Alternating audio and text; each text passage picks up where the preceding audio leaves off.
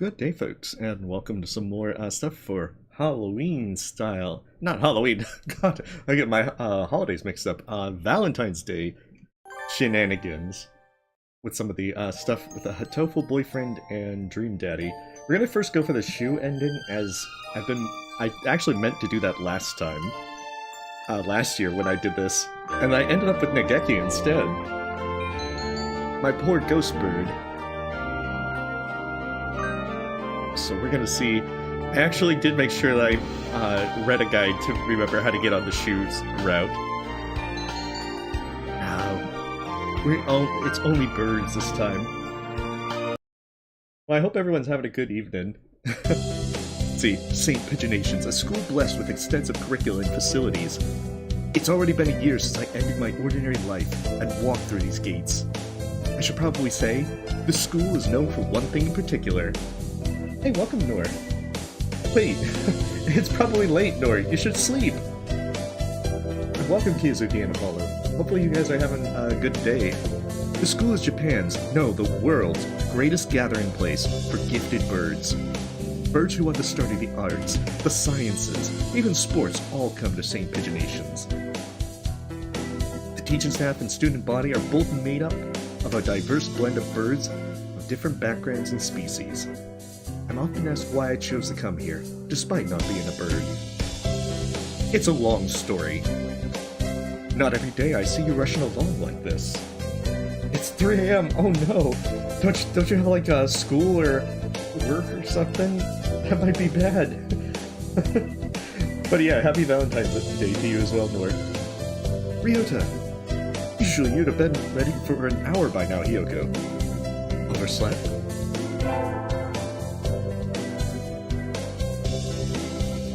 This rock dove is named Kawara Ryota. We've been friends since he was barely hatched. He can be a little mischievous, but he's responsible and kind. Hey, welcome, Jack. Oh, no school, no work. Oh, I see how it is. So you're trying to wait until the sun rises as you begin your Valentine's Day shenanigans. Breakfast was a little hard to catch today. I can't relax without red meat inside. Living as a hunter-gatherer sounds tough. I'd be happy to make you breakfast, you know. Oh, Artemis, hey. Come here, Artemis. I might take you up on that offer when starvation looms. Thanks, Ryota. Maybe his breakfast isn't very good, that's why we're only doing it to avoid death. Oh, the bell already? Come on, we need to hurry to class. Yeah, don't mess up your sleep schedule, that's the major thing. I have to actually go into work early tomorrow, so I might end a little early. Cheapers, no good being late on the first day.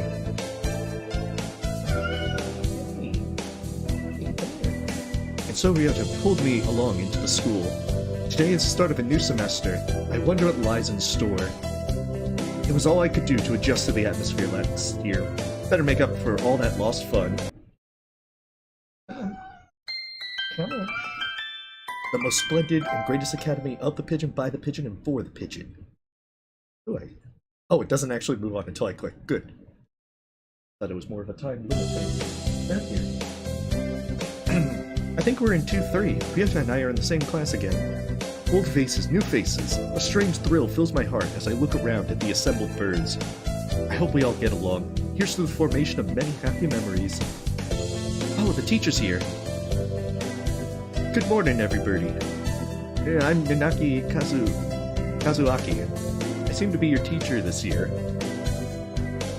Ultra Kill Jaden Sim? I'll have to take that look at that, Lumos. That's good.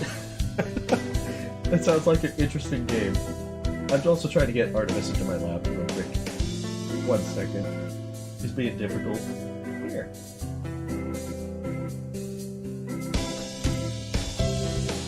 There we go. I specialize in math and physics. And also some other things.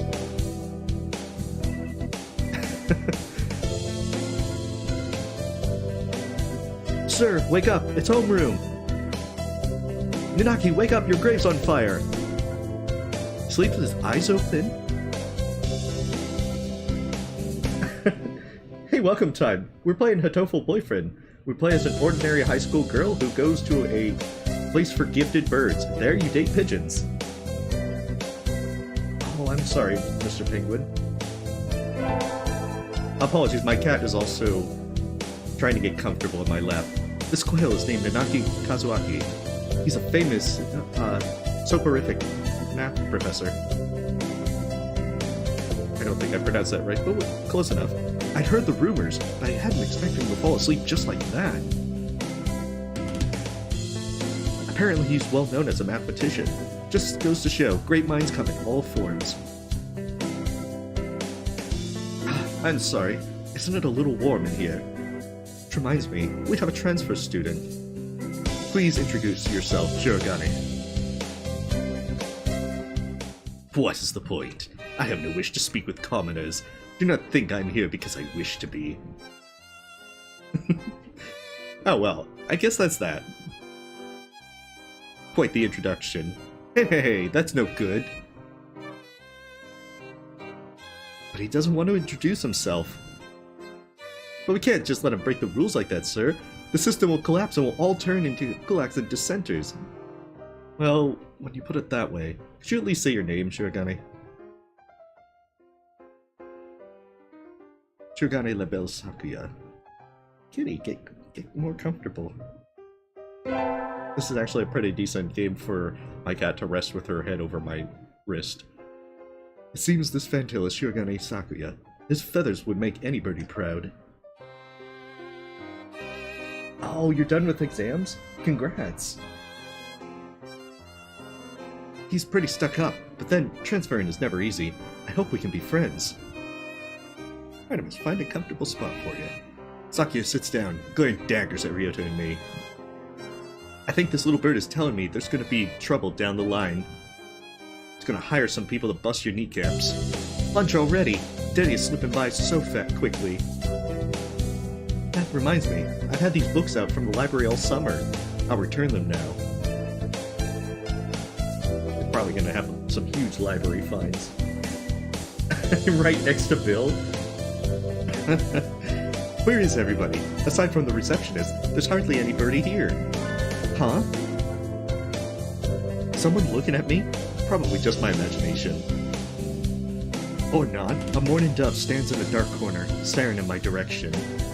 Mourning doves aren't very common in Japan, but apparently they're everywhere in America. Did you want something from me?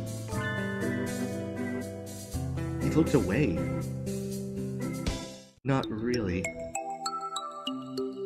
I'm pretty sure it was him who I felt looking at me. There's no one else here. Are you sure? Yes, I don't want anything with you. It's the things you're carrying I'm interested in. Drop your books and back away slowly, or I'll cut you. He glances at the desk as if to say, hurry up and return them already. Oh, sorry. They were a little too dense and I never finished them. They made wonderful paperweights. Were you waiting for them all summer? He silently returns his gaze to his book. Maybe he's in a bad mood? I'm Tosaka Hiyoko, sophomore. What about you? You're...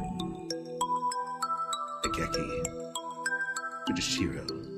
Higeki. Freshman. Now give me your books and get lost. Oh no, sweetheart from Omori. Saying I'll cut you with this music doesn't really work. Hey, he can make it work. He'll give you a paper cut. Fujishiro Nageki, huh? Maybe it's just because he's a mourning dove, but he seems a little sad. Leave me alone. Don't get on my route again. He's reading his book again.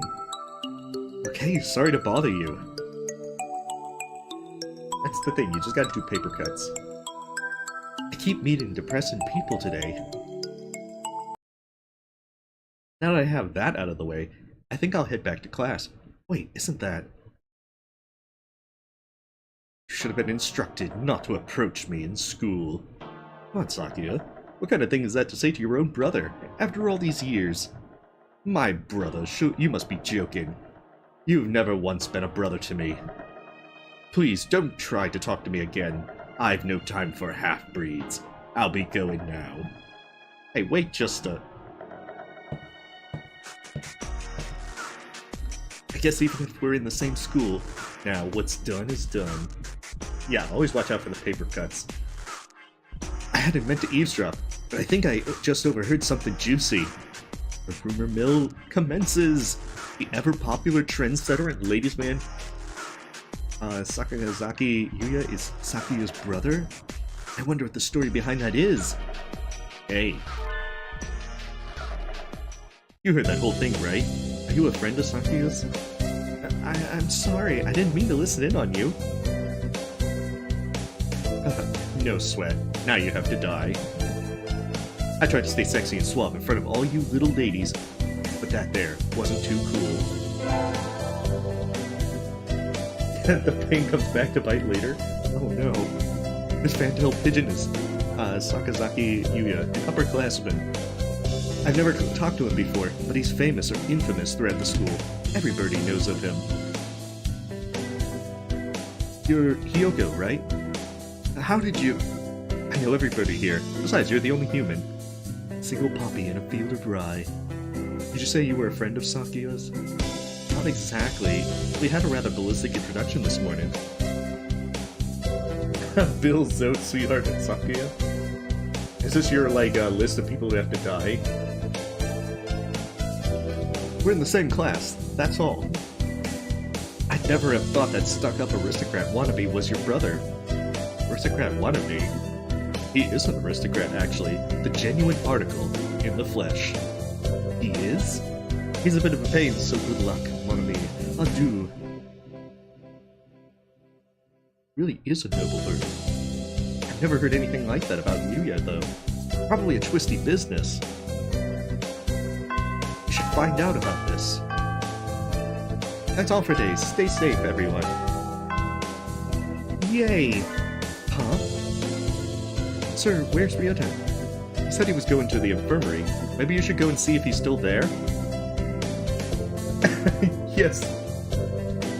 No, Marvelous. We have to, seduce all the birds. Now that I think about it, Ryota always did have a weak stomach. I should go to the infirmary just to make sure he's okay. Excuse me. No, goodness, I can't talk today. Nobody's here. There's no one sleeping behind the curtains, and the doctor isn't here either. My hunter-gatherer instincts feels no presence. There's nobody here. Ryota? No reply. The infirmary is empty.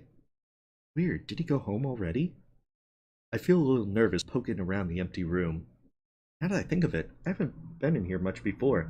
Unlike Ryota, I'm perfectly healthy. Well, they got all kinds of drugs in here! Huh, that kind of game switched over pretty fast. Oh, Pilpar, Trife, Luciobenzene. What did these even do? Care to find out? Doctor! I'll feed you all sorts of things if you want. No, thank you. He has the look that makes the ladies swoon. This partridge is Iwamine Shuu, the school doctor. He's rather creepy in person and has a bad reputation amongst the student body. They don't have any tofu. You're not gonna get out that easy. Hey, welcome, Chimkin. This one is called Hatoful Boyfriend.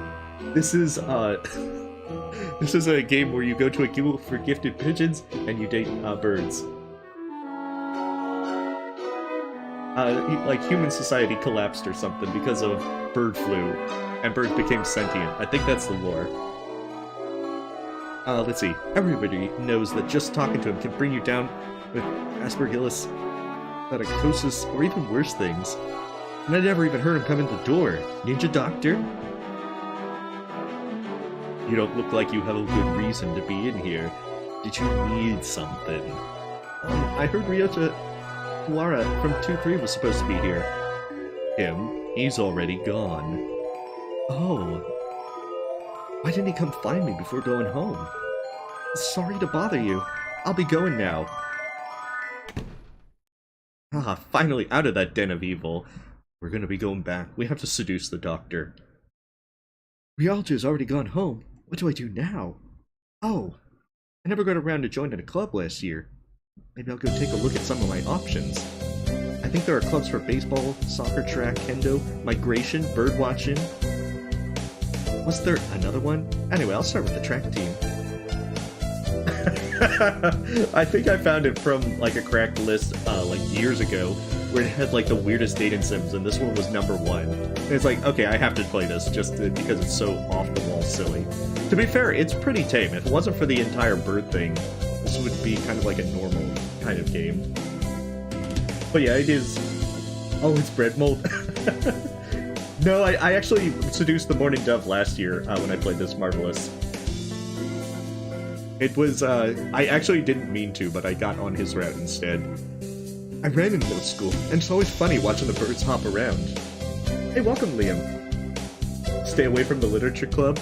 I will do that. Let's see. I think the clubhouse is on the ground floor, off to the side. A white dove is having a tantrum outside. Ooh, coo. This is no pudding for a man. Coo. Oko-san rejects it. It is a lie. A vicious falsification. He's dancing around on a squished pudding. Hey, that's not very nice to the pudding. That pudding had a family. Yeah, that does sound like stalking in this. This is Oko-san. He doesn't really look it, but he's supposedly a fan-tailed pigeon. I think? By the way, he's hyper. Oh, is the music too loud? I can lower it a little more. Oh, it is already pretty low. Let's see if... Oko-san has suffered a deception most vile, a wretched betrayal. I lowered it a little more. Let me know if it is a little too loud. Betrayal? Oko-san instructed that pudding be provided for new members. But this is no pudding. I was scorned, betrayed, dragged into the street and shot by those he trusted most. He is, very extra. It's squished and filthy, but the thing under his feet looks like a normal store-bought pudding. What's wrong with it? Spare the jests, young lady. Oko-san used wing attack, it's super effective.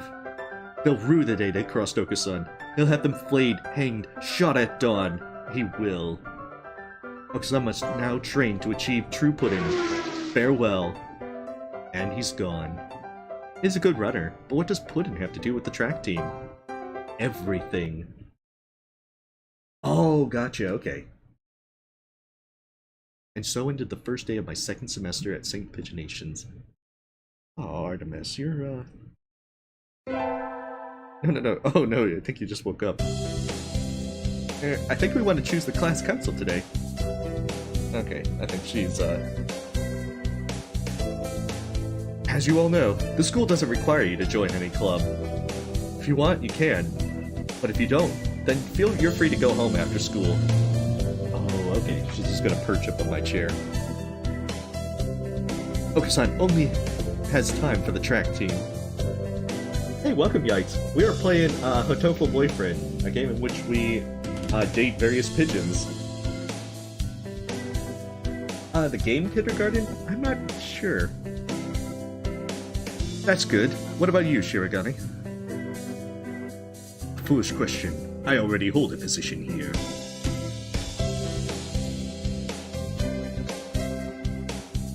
Oh, I might have to check that out at some point in time. Oh, that's right. You became student president when you were admitted. Nepotism ho, don't we get to vote? This is not a democracy, this is a dictatorship. Just coming to school is enough for me. You have to take care of your mother on your own and all. I wonder what I should do. Join the... I think we need to save. Okay, I think it's infirmary to get on the Shuu route. That's everyone, isn't it? Have fun! We have to seduce Shuu. It's our thing. Today's an elective day. What should I do? Attend? We need to attend math class as well. Mr. Nanaki dozed off as usual. The class was somehow good anyway. I feel smarter already. Wisdom increased by 5.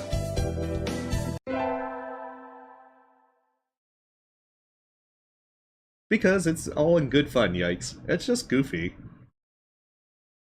Oh, I'm supposed to help at the infirmary today. I shouldn't keep them waiting. Better hurry. They gave Sakuya too much power, we're doomed. Salutations, Hiyoko. Yuya? What's wrong? Are you hurt? So sweet of you to worry for me. But no, I'm the second in command here. You are? I never would have guessed. I couldn't be happier, mon ami. Mystery is the most powerful of aphrodisiacs. Anyway, our job as staff is to check the medicines and clean up in here. Normally, I do that. But now I can slack off because you're here. But today I've got some stuff I need to take care of. So could you handle this mess for me? Of course. My thanks, Hiyoko. Oh, and don't touch the desk. It's the doctor's personal area. I'll take you somewhere nice in return. Adieu. No, we're just a normal girl. A high school girl, apparently. Yuya flutters out the door. Did he just ask me out? Anyway, cleaning. Some of these drugs are a little weird, no matter how you look at it. Is this really an infirmary? It feels more like a human or rather avian experimentation room. Huh? The desk drawer is open, and there are files sticking out. Everything was neat when I was in here last, but maybe the doctor's a little careless about tidying up. Yuya did say not to go near the desk, but I think I'll... Let's do it. Just putting the files back in order should be fun. You again. Doctor, when did you... I just got back, but oh my, we do have sticky fingers, don't we? But that's not it. Sakazaki asked me to clean... Clean? Oh, I see. You're on the staff now. Yes. Did he say anything about going near the desk? Yes, sir. Please do be more careful next time. Curiosity killed the cat, amongst other things.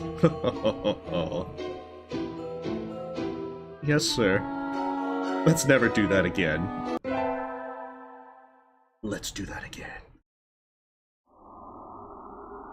Yeah, the game is a bit silly. It's basically one that is just done for good fun rather than actual any seriousness. Ah, sitting at home is so relaxing. Oh, tomorrow is the class hike. Should I prepare anything? We won't be going far, so I don't have to. Well, health first. I think I'll have some udon and go to sleep. Yeah, like pigeons. Today's the hike. We stopped for a break on a hillside. Who should I talk to? Talk to...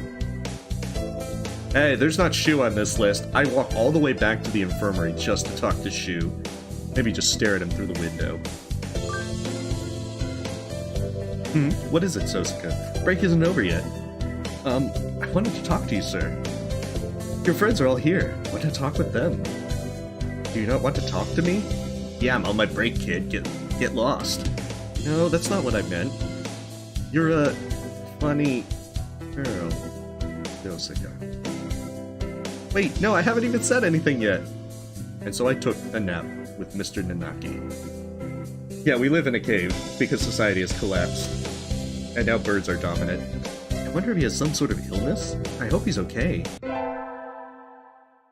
Like last year we did Hatoful Boyfriend and we also played the KFC dating game. That's just a good bit of fun. I think April Fools will do Eastside Hockey Manager this time around. And just play other silly games. Alright, attend. We need to attend math. I'm not getting this at all. 2 plus 2 is... 5? If you should review the basics a little more, Tosuke. Yes, sir. Oh, it's 4! I leveled up. Wisdom increased by 5.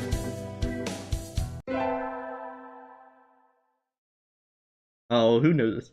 I imagine you're all well aware, but... Sports Festival is right around the corner. Please think about what you'll do. Sports Festival season already? If it were in the fall, it would conflict with the Cultural Festival, so it's always been in May. What are you gonna do, Ryota? I haven't decided, but Probably the three-legged race. Somebody has to. Oka-san will handle the marathon. Indeed he will. There are many questions.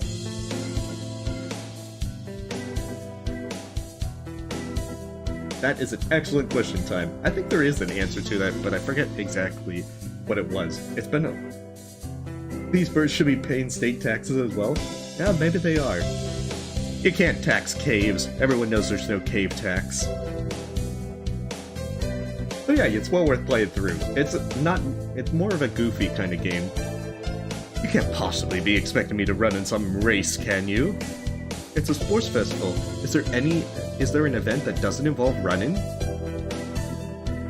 How about being a cheerleader? The general, in other words. Very well. Leave it to me. I don't think that's... But it's too late. Also, the first aid team is always short-handed, so I'm sure they could use help if anybody still can't decide. Their economy must be crippled, but they probably pay in seeds and all that. Oh no. Yeah, well, I mean, there's probably videos that you could always check out for playthroughs and whatnot. Or even ones that just sum up the story. That's all for today. That's true, there is the cafe, when your character can get a part-time job. Ryacha's doing the three-legged race, Oka-san's running the marathon, and Saki is a cheerleader. Yuya might be running the first aid tent. What should I do? I'll have to think about it. We have to do first aid. Today's a sport festival. I never did make up my mind. What should I do? Well, first we should save. Bam. Go to the... Oh, we could go to the library. But we already went to the library and met with Nageki. So first aid tent it is. Salutations. Did you come in to gaze into my eyes, mon ami? I heard the first aid team was short-handed. Salutations. Less spurn for the sake of medicine. I must work harder to prove my love. Anyway, happy to have you. As you can see, we have plenty of work to do.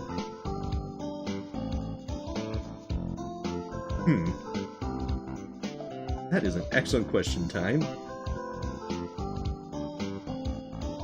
The obstacle course does always hurt a lot of birds. Why use a game designed for humans? Beyond me, mon ami. I suppose it's tradition. Where's the doctor? Shouldn't he be here too? Over there. He's resting in the shade of a tree, some distance away. It looks like he's taking notes on the performance of the birds on the racetrack. What's he doing over there? He doesn't want to ruin his girlish complexion working in the heat. He does the same thing every year. Is he taking notes on something? A lot of the birds graduated from this school get scouted by pro sports teams, so maybe he's checking up on the promising ones. Oh, they've started. We'll be busy soon. Get ready, mon ami. Yeah, I remembered. I had never played Doki Doki Literature Club, but I do know the twist and all that. Yes, sir. And so I spent the sports festival patching up damaged doves with Yuya. I learned some first aid from him, so it was time well spent, I think.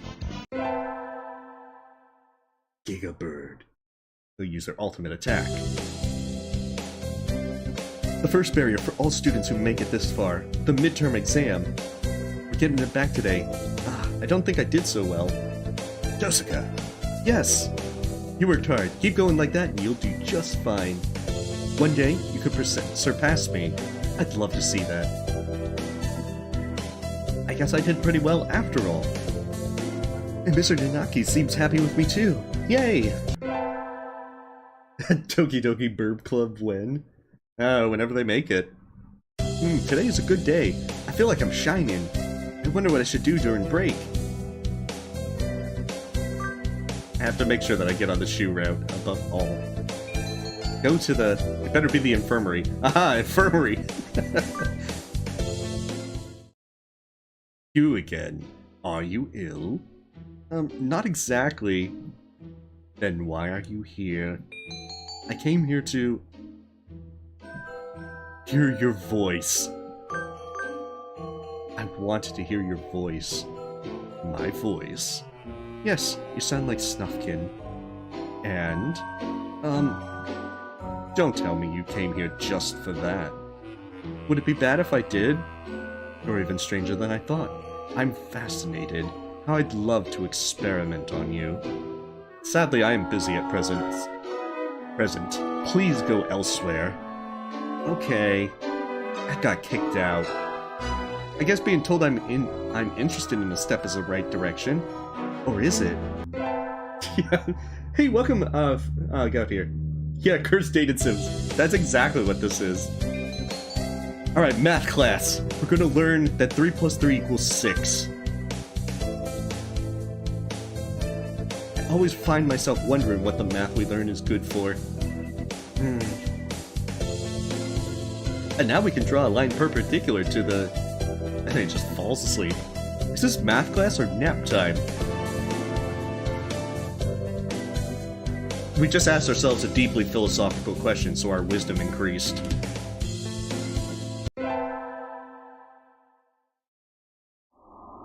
Today is Tanabata.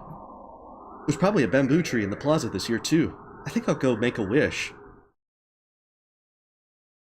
Wow, there's lots here already. Any birdie I know? Can you hear the song of the stars above? May they send you happiness, mon ami. Yuya. Morning conference on 10th. Leave 30 minutes early. Buy another alarm clock. May I wake up on time, Nanaki. Wednesday is garbage day. Remember! Just who will be granted my wish, and how? Uamine Shuu. What should I wish for? I will rule the world from the shadows. Or I could be an artist. What if I become a famous artist while ruling the world from the shadows? I wish to take the reins of power through clever schemes and rule the world from the shadows. I sure feel like I should laugh maniacally as I write that and make my wish. Oh, hello. Is that you, Tosaka? Mr. Nanaki, how much did you overhear? Do I have to kill him? Because we have finely tuned hunter-gatherer instincts, and that's why we live in a cave. We can't let ourselves get soft. You should be careful at this late. It can be dangerous for a girl, you know. Also, 1 second, I have to cough.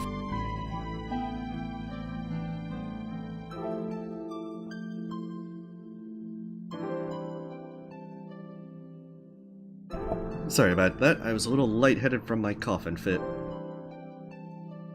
I was about to head home. Would you like me to walk you to your place? You're not Shuu, so get lost.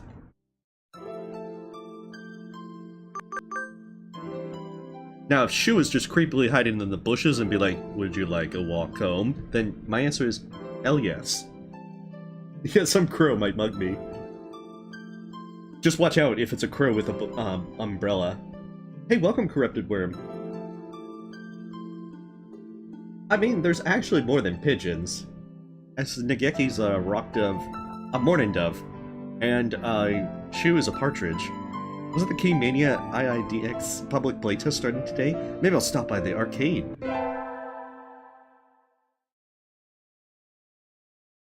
Ooh, today's an elective day. My wisdom is already going through the roof.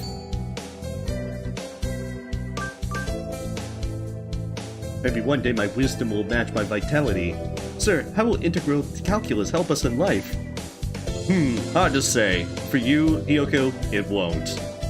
It might never help you at all, Tosaka. But only studying things that can help you in life is tiresome. Think of it as educational candy. Integral calculus is educational candy. I'm not prepared to accept this. And by not accepting it, our wisdom has increased. Hey, welcome, Dino Gamer. Yeah, we're playing this again because we have to get on the Shuu for this reels this time. Cleaning the classroom took longer than usual. I need to hurry to the infirmary. Hiyoko, what is it? I'm in a bit of a hurry. Nothing much, just... Have you heard of the 7 mysteries of St. Pigeonations, Hiyoko? The school even has its own horror stories? Do tell! Yeah, well, there's one that says that sometimes students will disappear in the infirmary only to show up again as food in the dining hall and quill pens in the school store. Sounds like an urban legend to me. It does, but Dr. Iwamine is pretty suspicious. Be careful, okay? You go to the infirmary a lot, right? Has he ever done anything to you? No, but... Well, you're a go, Hyokyo. I'm a little worried. That's true. I'll be careful. I'll use my hunter-gatherer instincts, and then I'll do all that stuff. Ryota always has been one to overthink things. Anyway, I can't keep Yuya waiting. Yeah, we got to see Shuu. Excuse me. Huh? You and the doctor are talking about something. Did you really think I hadn't noticed? You sure look like you woke up the wrong side of the desk. What are you talking about? I shouldn't have to explain. You know exactly what I'm talking about. I have told you never to touch my desk, haven't I? What makes you think I ever have? This doesn't look too good. Should probably save here. Hyoko, there you are, Monomi. Hyoko can back me up on this. We were in the courtyard together until a few minutes ago. She said she was going to the restroom, so I should go ahead. I only just got here. Oh, I think this is where the Yuya and Shuu routes branch. In other words, I haven't had time to go rifling through your stuff, Doctor. Right, Monomi? Just what is going on here? It sounds like the doctor suspects Yuya of having searched his desk while he was out. I came straight from the classroom to here, so Yuya's obviously lying. I was in my classroom. We have to be on the Shuu route. If we lie, then we'll go on the Yuya route instead. I don't even know what's going on yet. I just can't lie through my teeth. No, I was in my classroom until now. Ryota was there too. Yuya is lying. Shit. Well done, Miss Tosaka. I'm glad our new assistant is so astute. What a pity, Yuya. It would seem that you are somewhat lacking basic truthfulness. I think we need to have a long, serious discussion. Privately. Oh, alone. There we are. Alone. I'm sorry, Miss Tosaka, but could you leave? This is important. Yuya is very sus. Don't worry, we'll see him again. I got kicked out again. Yuya's face looked pretty bad. Dr. Iwamine praised me, but what on earth is going on? Yuya is very sus. Yeah, we always got to tell the truth. We get our finals back today. I'm not sure I did so well. Tosaka, sir? Well done. You've gotten even better. Keep up the good work. Yes, sir. Success! I learned that 5 plus 5 is 10. My wisdom is going through the roof. Today's the last day. It's been a semester already. Sometimes it seemed long and sometimes it seemed short. But either way, it's summer now. I should probably find out if I need to come to school to clean the infirmary at all. Cleaning? Well, I will be here just about every day the building is open, but there isn't any real need for you to come too. There's nothing I can do to help? No. Was there anything else? Oh, I think I need to ask about the students. I kind of wonder about what Yuya said last week. Maybe I'll test the waters. Sir? I heard that sometimes students disappear after coming in here and... Who told you? No one in particular. Everybody's talking about it. It's kind of like a school legend or something. So you believe in urban legends? What? No, not really. Just that it would be kind of cool if it were true. Wow, that's the worst thing to say. Then we shall leave it at that. That it would be cool if you were to disappear. Or something like that. Guess I shouldn't have expected a straight answer in the first place. You can never tell what the doctor is thinking when I talk to them. He seems like a very straightforward and trustworthy person. It's easy to fall out of practice and get fat and lazy during summer vacation. A hunter-gatherer's body is her way of life, so maybe I'll go running today.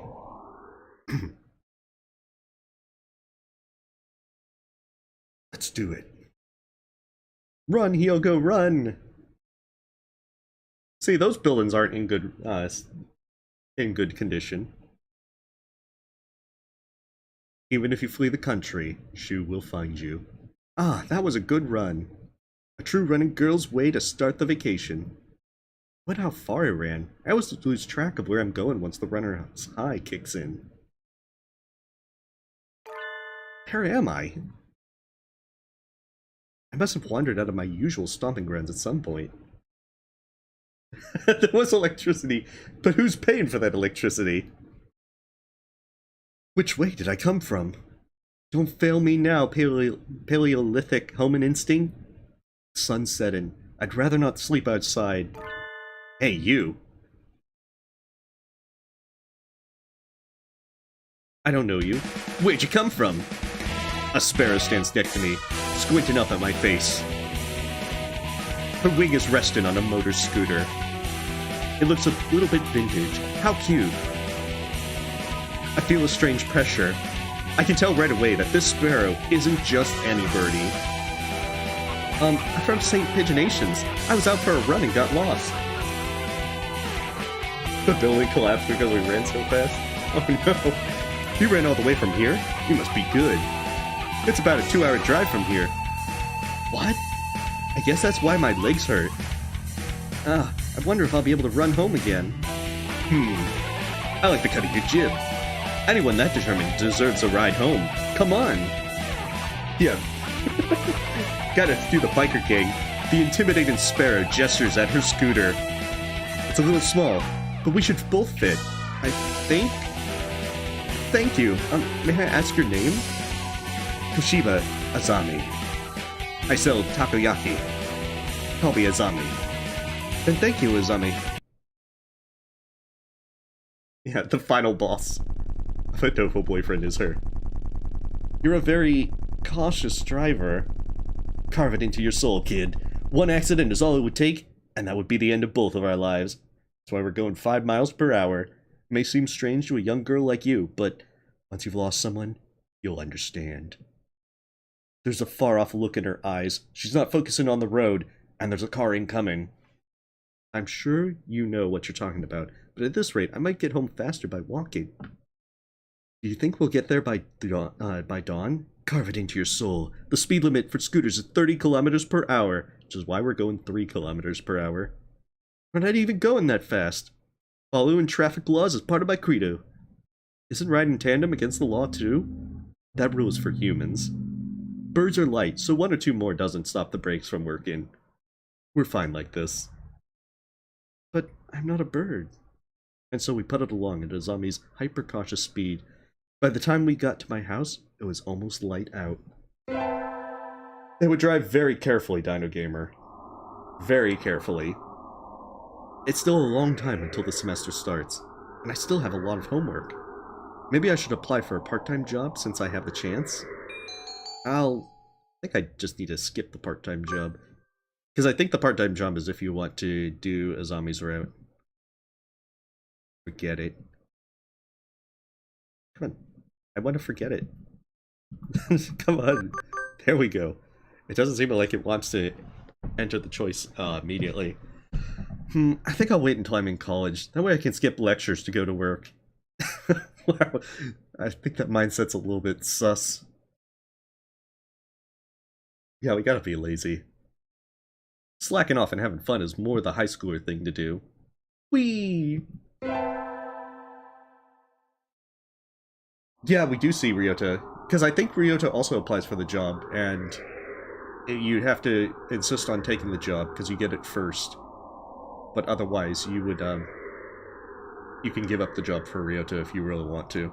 Today's the local summer festival. I think I'll go with somebody. Invite... Ooh, invite Shuu. Haha! What do you want? Wow, it's the doctor! Ah! Is that all? I'm going home. Sorry, I just hadn't thought you'd actually come. I didn't have anything better to do, so I decided even if it was a 0.05% chance, I'd still try. Oh, I clicked too fast. You invited me based on a chance like that? Fascinating. I think I want to try studying primate ethology next. That aside, what did you want? I wanted to go to the festival with you. A festival? Forgive me, but I don't ascribe to idle superstition. I think 99.95% of the people there will be there just for fun, not religion. Very well. I shall accompany you. I picture Shuu with kind of like a top hat when he's out in public. Maybe a cane. In exchange for your left arm, of course. My left arm? Oh, would that pose problems to your active and youthful high school lifestyle? I shall accept a lock of your hair instead, then. Okay. Yep, he's a pervert. Yippee!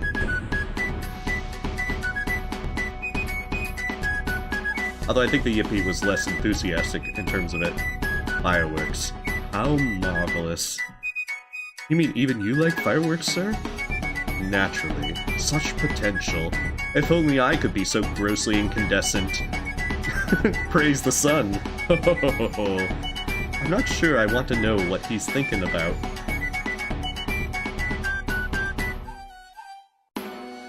I enjoyed myself tonight. Thank you, Miss Tosaka. And so he left, a satisfied expression on his face. I'm a little worried that he was trying to study me, but I'm glad he had fun. Yeah, he's making big remarks. The late sunset in summer makes it easy to stay out late. I feel like my internal calendar is off already. I think I'll get some udon and go home before I get life counseled. Ooh. He's lurking and leering at us from, like, lamplights and all that. Wait, isn't that the doctor? Good evening, doctor. Ah, it's you. Is this any hour for a high school student to be wandering about? Huh? There's mud on his wing. Little of this city's nocturnal entertainment is to be admired. Perhaps you should go home. I think there's probably a choice. Oh, I'm going to ask what he's doing or go home. Oh, I should probably ask what he's doing. Sir? Yes? Yeah, we gotta date him. What are you doing out here, sir? Nothing. Nothing at all. I was on my way home. I just happened to pass by. But if you were just walking around, how did you get all muddy? I'm finding out all the secrets. I had forgotten that primates retain their keen vision in the dark. Informative indeed. Thank you, Miss Tosaka. Good night. Wait, you didn't answer my question, and I'm not going to. Throwing something away. Huh? I was disposing of some things I no longer needed. Very sus, and so he hurried away into the night. Throwing something away? What? Littering is bad, Doctor! Wait, then that means we have to date him on the basis of his thing that he doesn't conform to societal norms. He's like the bad boy of this route. Ah, I knew I shouldn't have gotten up when I first woke up. I slept way too late. School starts today, right? I'm gonna be late. Yeah, just digging some graves, that's all. Oh, hello, Tosaka. Sir, I'm sorry, I overslept. Overslept? Ah, my homework. I forgot to bring my homework. Aren't you getting a little ahead of yourself, Tosaka? Huh? What's the number in the top left-hand corner say? Oh, you're just a bit early. Ah. So, since you're here, could you lend me a hand for a bit? Lend you a hand? I've already donated my left arm to Shuu. I was about to start grading the freshman's exams, and I thought maybe you could help, if you don't have something else. I do have something else. I have to go to the infirmary. Of course, you have a test in September, so if you want to go and study in the library, I want to... I don't think we need to do either. We're gonna do the third one. Forgive me, sir, but I need to go home. I must return to my people with the spoils of war, lay my bloodied sword at the feet of my great king, and celebrate my conquest of all the lands from here to distant Macedonia. Oh, have fun! Speed run to school? Oh no. Good morning, everyone. I hope you had fun over the summer. Yeah, that is some fourth wall breaking. That is true, Red Dragon. Also, hey, welcome, Red Dragon. Generally, people do breaks at the last minute, homework at the last minute. Okasan is always having fun. Yep. What is this fun? I look it down upon it with my snooty aristocratic bearing. Once summer's over, time starts slipping by faster than ever, trying to stay focused. Focus, sir! Focus! Second term.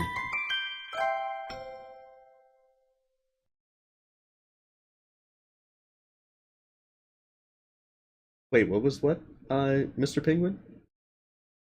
Huh? Is that a student ID? Whose is it? Someone from 2-2? Not a name I recognize. That's true. Should I go find the classroom? They might already have gone home, though. Well, any teacher will do, right? Yeah, we never found Focus. Okay. Doctor? Good afternoon. What is it this time?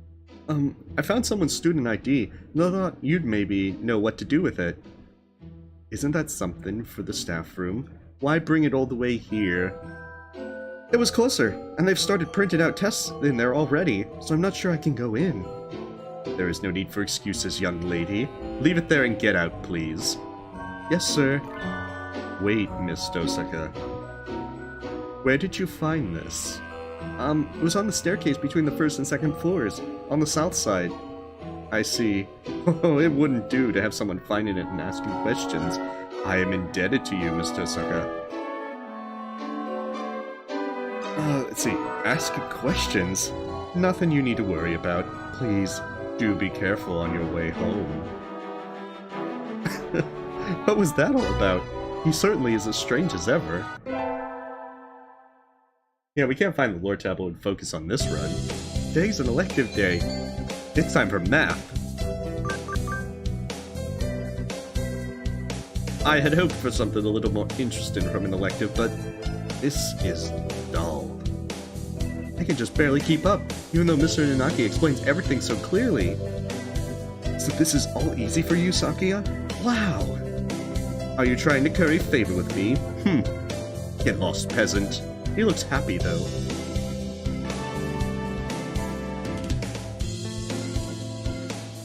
Yeah, thanks for helping clean up the crime scene. We're just unknowingly doing all the bad things.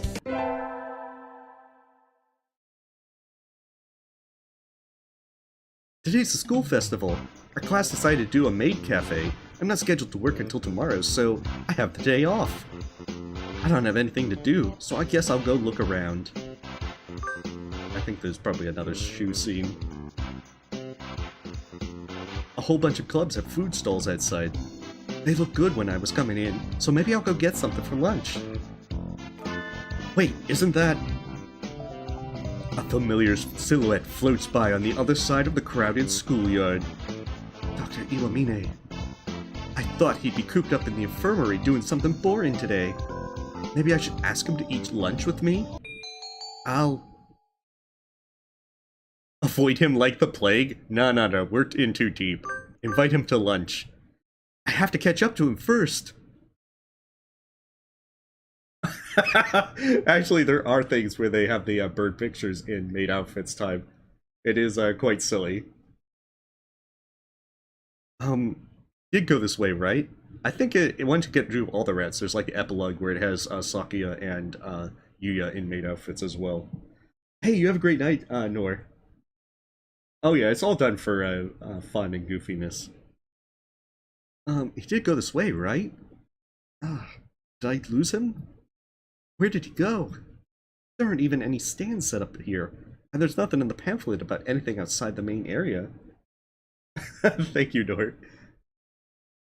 Yeah, there's a good bit of goofiness to the game, so expect it. There's also that if you don't end up with any bird, it does some fun stuff with you getting killed. The only thing back here is the incinerator. Who goes there? Oh, it's just you.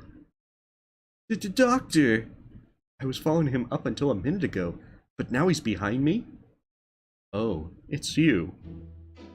Stalking is a bad habit, young lady. But in the interim, why don't you help me load these bodies into the incinerator? No, I wasn't. I was just wondering what you were doing.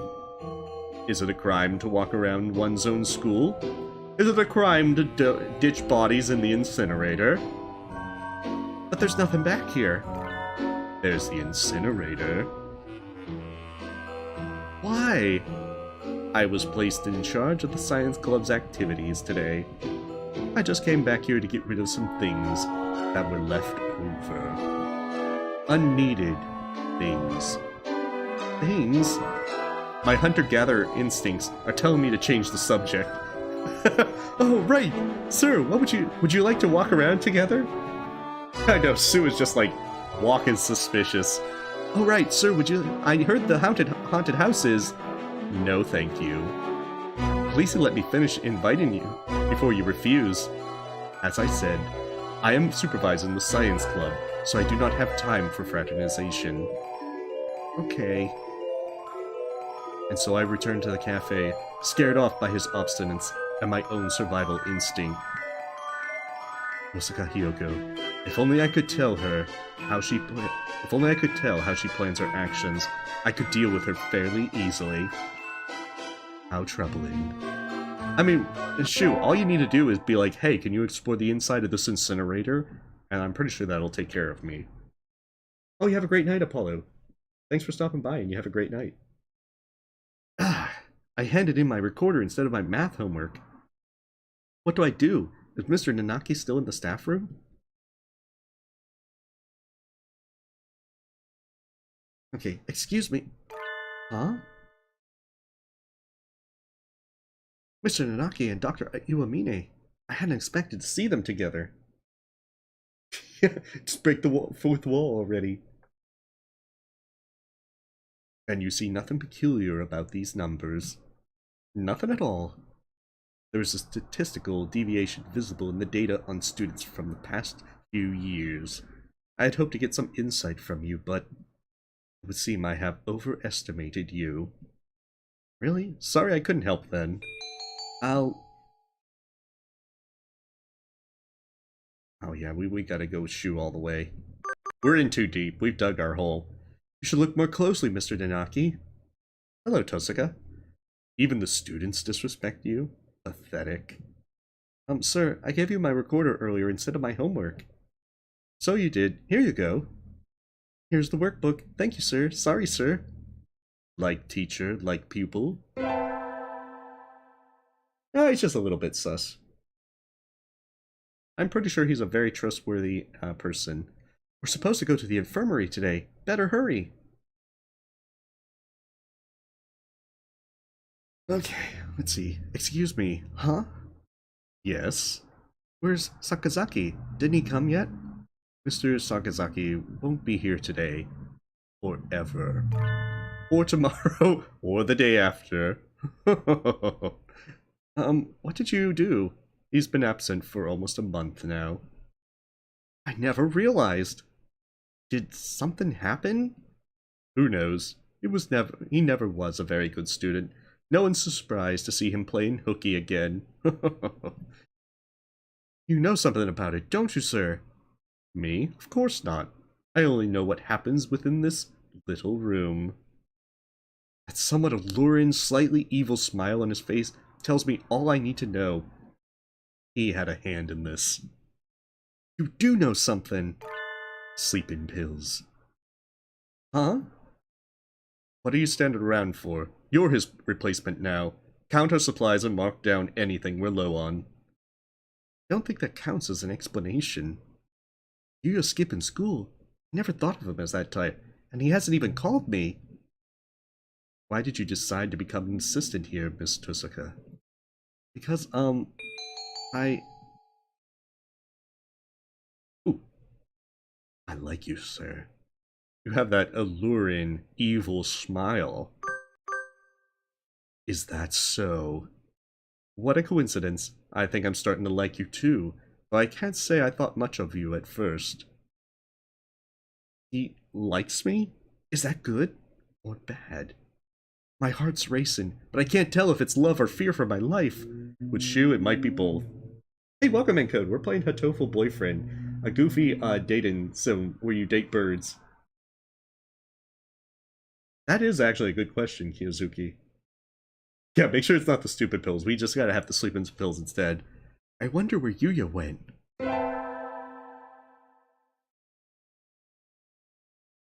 We get our finals back today. Between midterms and practice exams, this whole semester has been nothing but tests.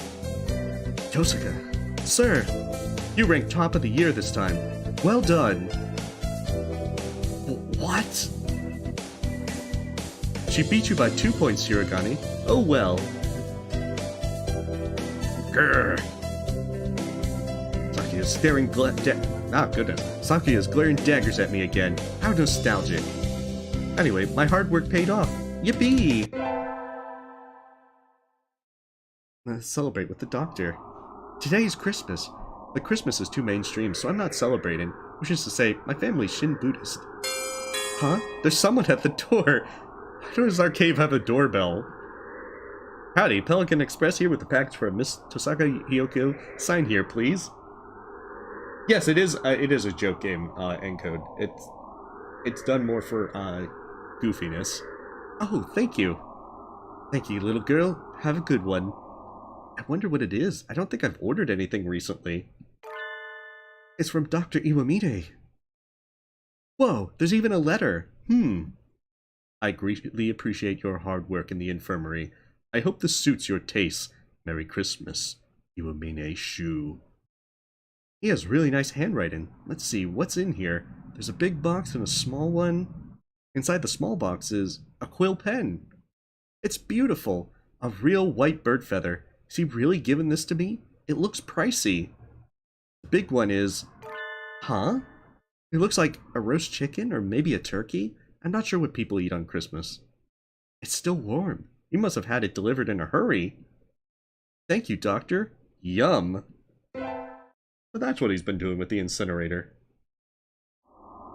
The sun, its majestic brilliance sweeps across the land, lighting into incandescent glory. Of course we're gonna eat it. Yeah, familiar white feather, how adorable. It's the first day of the new year. It looks like I'm still alive to enjoy it. It's a little cold out, but it's calm and the sun is warm. I think I'll go visit the shrine.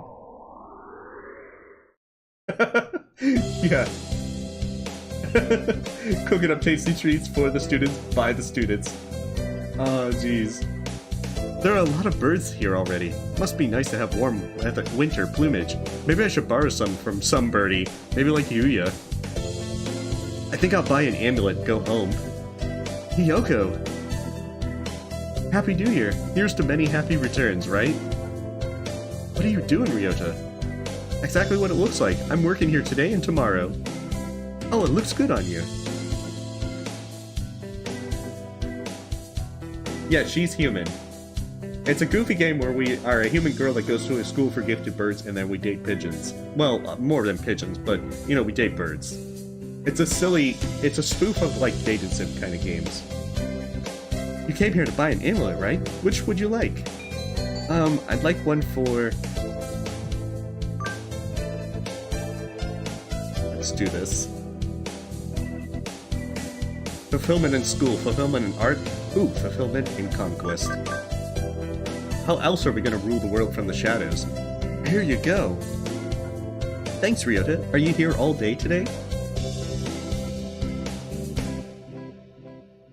It's one of those things that probably is best like a Mystery Science Theater 3000 mantra. Don't think about it too much. It's just done for goofiness. Yep, the first day's always busy.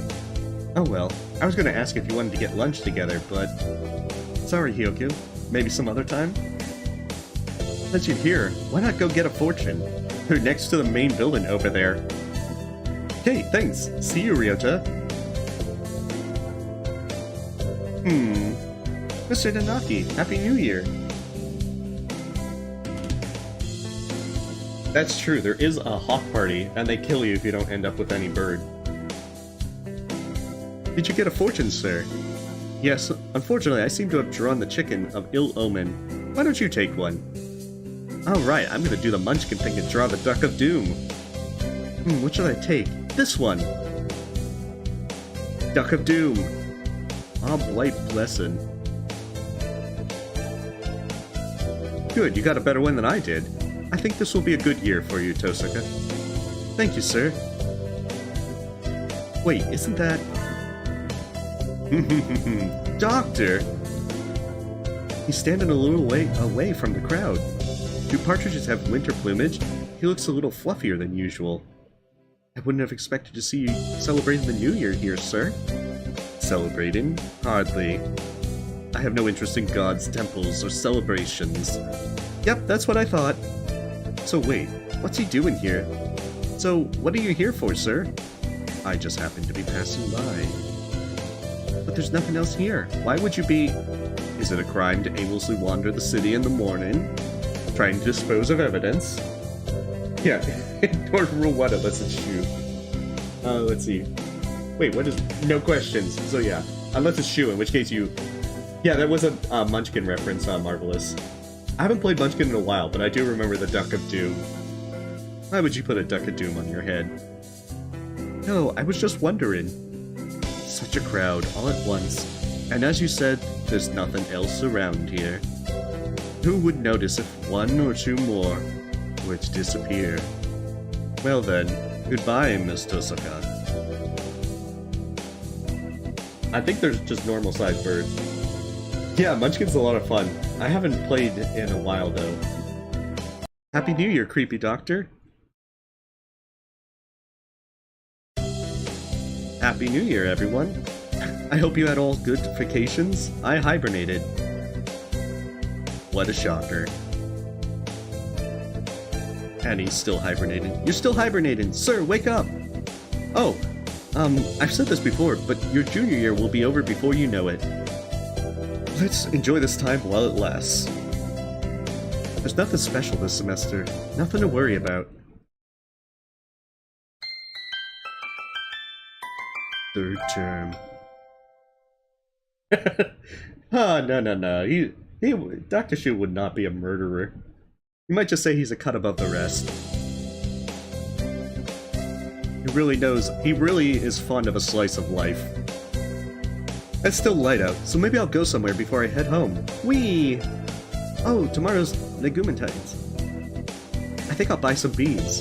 Today, Legumентine is a holiday where you give beans to the boy you like, but apparently used to involve throwing them at pigeons. Disgraceful. Good evening, here for beans? Yes, is there a kind you think is particularly good? This year's trend is towards these bean medleys for racers, but they are a little pricey. It's hard to say without knowing the bird in question, really. That's true, and sometimes the cheap ramen tastes better than the expensive stuff. I don't think it really matters at this point what beans we get, Dr. Shuu. I think I'll buy. We'll get him the expensive stuff. Only the best for our good doctor. We're near the end of the route, Mr. Penguin. Maybe they are larger than normal birds, but I think it's funnier if we picture them as normal-sized birds, especially with Azami trying to drive her scooter. I'll take these. Thank you, miss. Here you are. Today's the day. The preparations are complete. Time to give the beans to that special sunbirdie. I do not recall summoning you to duty today. What is it? The doctor seems to be engaged in sweet embrace with a stack of papers at his desk. He didn't even look at me, and from his voice he wants me to leave. Do you know what day it is, Doctor? February 3rd. He glances at the calendar above his desk, and then returns to his papers. The anniversary of the first successful human embryo transfer. Really? Of course, test tube babies had been successfully grown before then. So, what did you want? Were you hoping I would transfer you an avian ovum? No! I'd have to be a really sad girl to be fantasizing about bird eggs in the school ephemery. It's a Glumentine, sir. You give beans to the boy you like. So, here. You're giving these to me? Yes! He finally looks over at me, but his expression is still. No, it's changed to something else. These are quite elegantly packaged. Yes, I got the most expensive ones for you, sir. So these were sold to you as some sort of luxury item. I see. Such a thing would never have occurred to us if we had lived long ago. To think that we live in a society where price is completely disconnected from amount and nutritional value. Is this a roundabout way of saying that the beans aren't worth their price tag? The value comes from the fact that they are expensive alone. Fascinating. I shall experiment on them later. No, you're supposed to eat them. The nutritional value and appearance aren't important. The important part is the fact that I gave them to you, today. You gave me beans that anyone could get with the money. Worthless. Ah, rejected. Your resistance only makes my maiden heart burn stronger for you, Doctor. In that case, I'll bring you beans that I grew myself next year. Just you wait. One day, Shuu, you will be mine. It is probably a capitalist society. The year is almost over. It feels like it started only yesterday. This is the last day I have. Infirmary duty as well. Yeah, you're darn right, Hyoko. The doctor's not here yet? The infirmary is quiet and peaceful as always. The orderly rows of medicine, the neatly made Huh? Something stinks in here. It's coming from the bed behind the curtains. I'm scared. The sheets are stained brilliant red. At the foot of the bed sits a wash basin. It's liquid pink with a stack of scissors coated in blood and feathers in the bottom. The blood on the bed is still wet. This is the student who disappeared after going to the infirmary. Yuya. That mysterious smile the doctor gave him when I asked him. I have to get out of here. I have to tell someone. I need to report it. To the police? Anyway, I need to get away. I need to get out before he jumped through the window. You're early today, Miss Tosaka. You're rather pale. Here, won't you lie down? Doctor, this blood. Oh, forgive me. I just finished dismembering another student and hadn't cleaned up yet. Please, pay it no mind. I didn't even try to deny it. He... The door's locked. Going home so soon? Titania, jump out the window. It won't open. Indeed it won't. After all, there are so many bad little boys and girls who try to leave before their examinations are over. Like you. Doctor, you really have been cutting people up and using them for your experiments? Do you really need to ask that? After all, you even helped me. Helped you? Yes, why didn't I sleep perfection? Call the emergency meetings, but we're nowhere near the button. Helped you? I would never. Don't tell me you've forgotten already. Just at the start of the semester, you helped me destroy a little evidence. You brought back the idea of one of my guinea pigs. I suppose I dropped it by accident. You really helped me out then.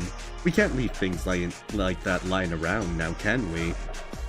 Then, Yuya? What did you do to Yuya? Oh, I thought you figured that out already.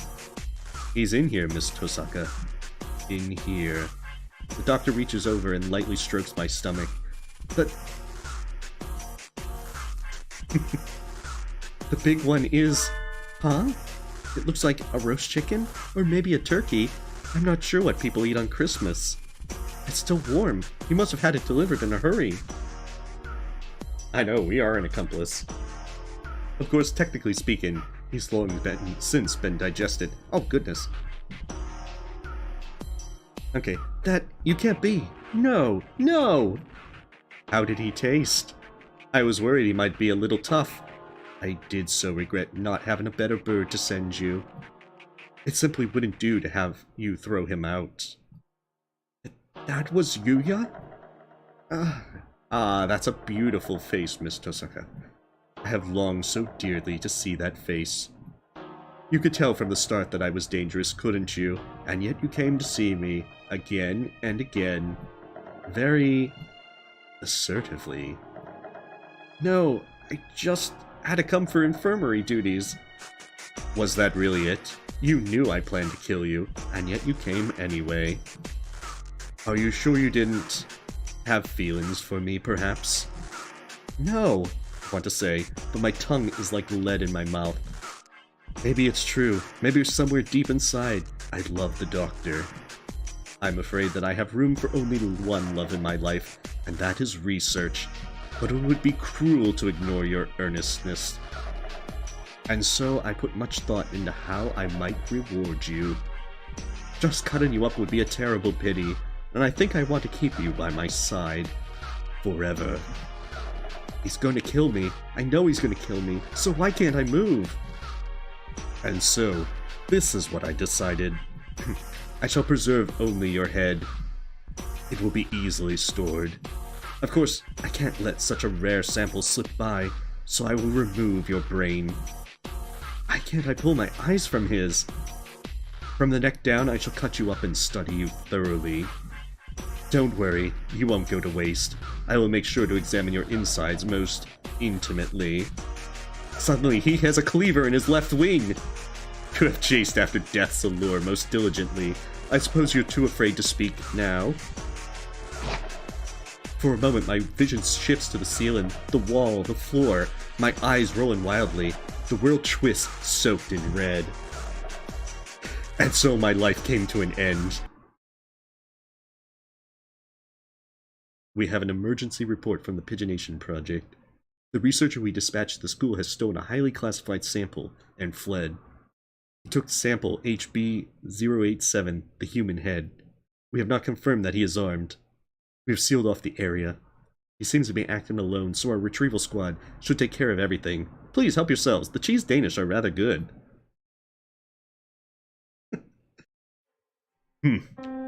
Have these brutes no mercy. Though I did agree to this from the start. We seem to be in a bit of a pickle, Miss Tosaka. They suddenly asked that I give you to them. And to think that until now, they considered you worthless. I was the one who preserved you so beautifully. You like the jar, do you not? Do you know of the mere exposure effect? It states that one can become attracted to things simply through repeated contact with them. A conundrum indeed. I think perhaps I have felt new emotions since I acquired you. We have but little time left together, I fear. I do not like the idea of handing you over to them, so I think I shall break you once more. Of course, do not wish to force I do not wish to force you into a double suicide. I shall break this glass only after confirming your feelings. You loved me, did you not? Huh, yes, and yes. I think I'll go with, second yes. That seems the most heartfelt. Oh, case for Lamplight City? Oh no. Wait, no, I took third yes. That's the wrong one. Oh, thank you. I am so glad I got to kill you. Good night, Miss Tosaka.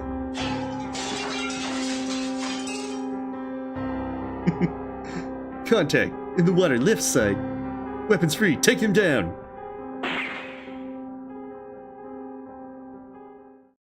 Such a beautiful ending. I don't know, the second yes seems more heartfelt, really. That is the Shuu route.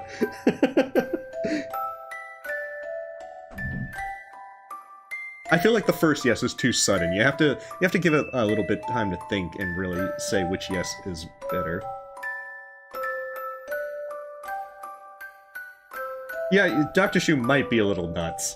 Just a touch. Hey, welcome to Silver, Kendra. But yeah, Hatoful Boyfriend's more of a goofy game. Other than Dr. Shuu kills you. You might say it was, like, very red juicy. I told you, he's a cut above the rest. I mean, yeah, because it does that sudden shift to him just brutally murdering you. A happy couple. And that is, the Shuu route. Oh, I'm sorry, Encode. Well, you have a great night, and thanks for stopping by. He's a cut above the rest that cuts above the rest. That's a good way to put it, Kizuki. It is largely silly, Marvelous, but it does get moments like that where it's a bit dark. It also does the same thing if you end up with no bird, because then you die, and it does like a spoof game over screen. Alright, so that is Hatoful Boyfriend for this year. We're gonna switch over to Dream Daddy. So 1 second, I need to hydrate, and then we'll be good to go.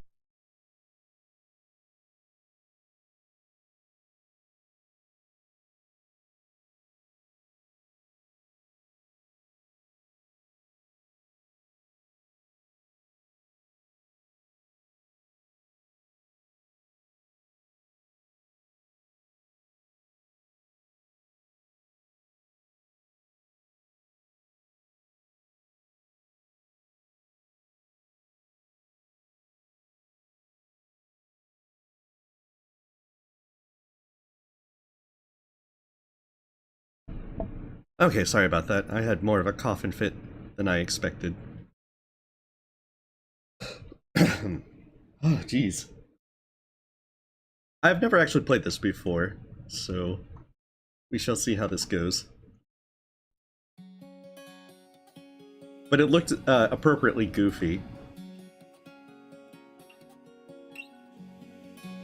Now we can date all the dads. Okay, new game. Let's do this.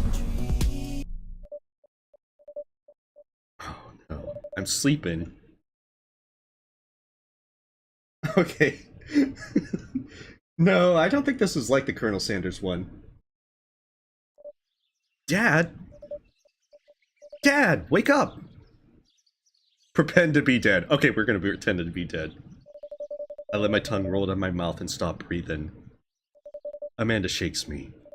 Come on, Dad. This hasn't worked on me since I was 6. I'm sorry, Amanda. This is the end for me. Dad, I swear to God. Amanda, I bequeath you all of my earthly possessions. Spread my ashes over my recliner. Okay, well, your corpse better get into the moving van because it's leaving soon. Oh. I finally opened my eyes and stood up.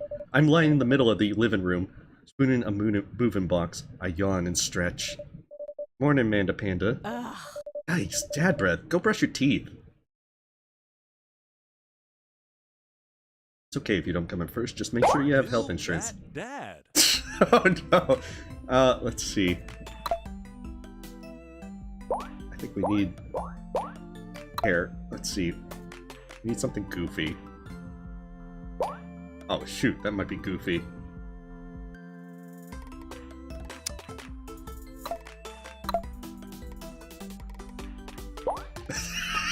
That looks appropriately silly. Okay. We need something as silly as possible. Oh yeah, we just have to like stab people.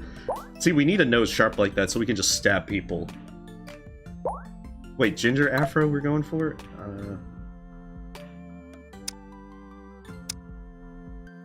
Now our character has no soul. Wait, that was Goku? Okay.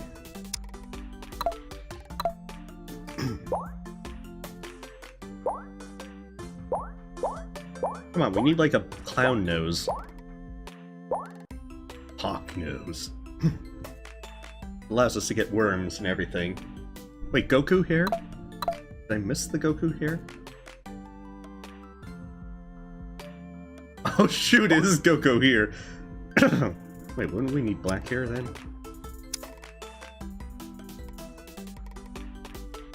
Oh, Dig Fingal. Space Warrior hair. I guess that's how you avoid the copyright stuff. Let's see. Oh, that looks terrible.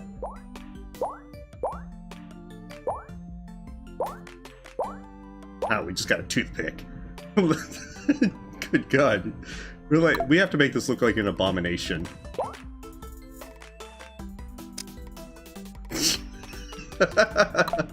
Oh, this is terrible. Oh, you can't even see my toothpick anymore. There we go. Now, with this hair, we will get all the dads.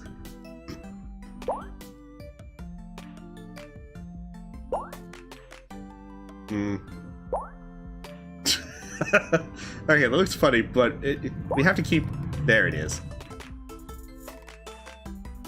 I'm just torn. I feel like we kind of need a beard or something.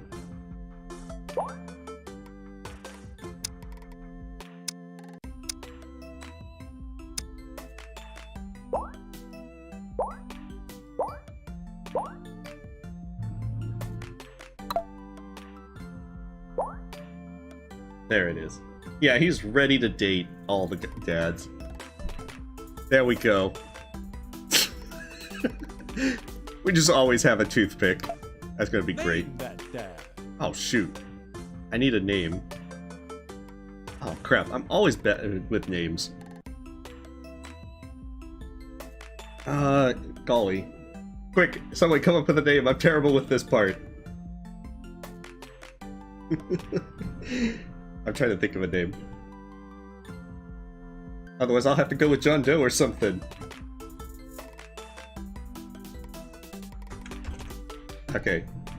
Son Goku. Wait, Goku Daddy?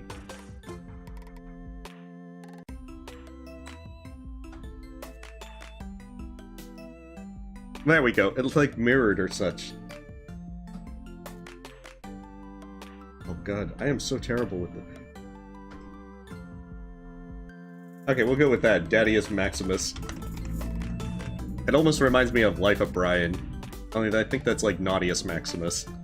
Be that dad. There we go. I am so terrible with names. I didn't realize that I had to name my dad, otherwise I would have given that more thought before the stream. Did you fall asleep packing? I got most of it done, I think. Searching around the room. It looks like I did a pretty good job. Every box is sealed, except for one. Wait, straggler. What's in it? Looking into the box, I see a bunch of old photos and little photo albums.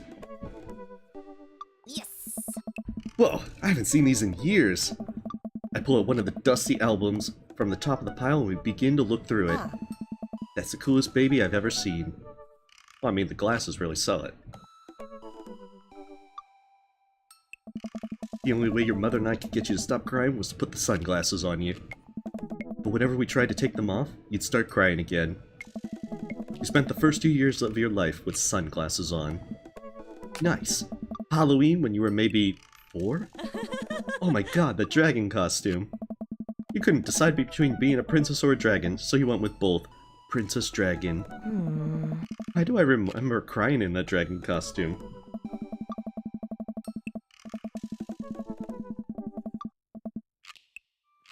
See, you saw yourself in the mirror and realized you were afraid of dragons. Seeing yourself in the dragon's mouth was a realization of your greatest fear, I think. I think we're like Goku as Clark Kent in this kind of thing. You give her a toothpick instead of a pacifier? Oh god, that'd be terrible. Yeah, right, yep, definitely repress that memory. All we have to do is we, like, take off the fake mustache, beard, and the sunglasses, spit out the toothpick, and I guess we become Goku. And this was you in your horse phase. Oh no. Dad, burn these photos! Burn them now! I believe you named that plush horse Sir Horsington the Brave. Oh.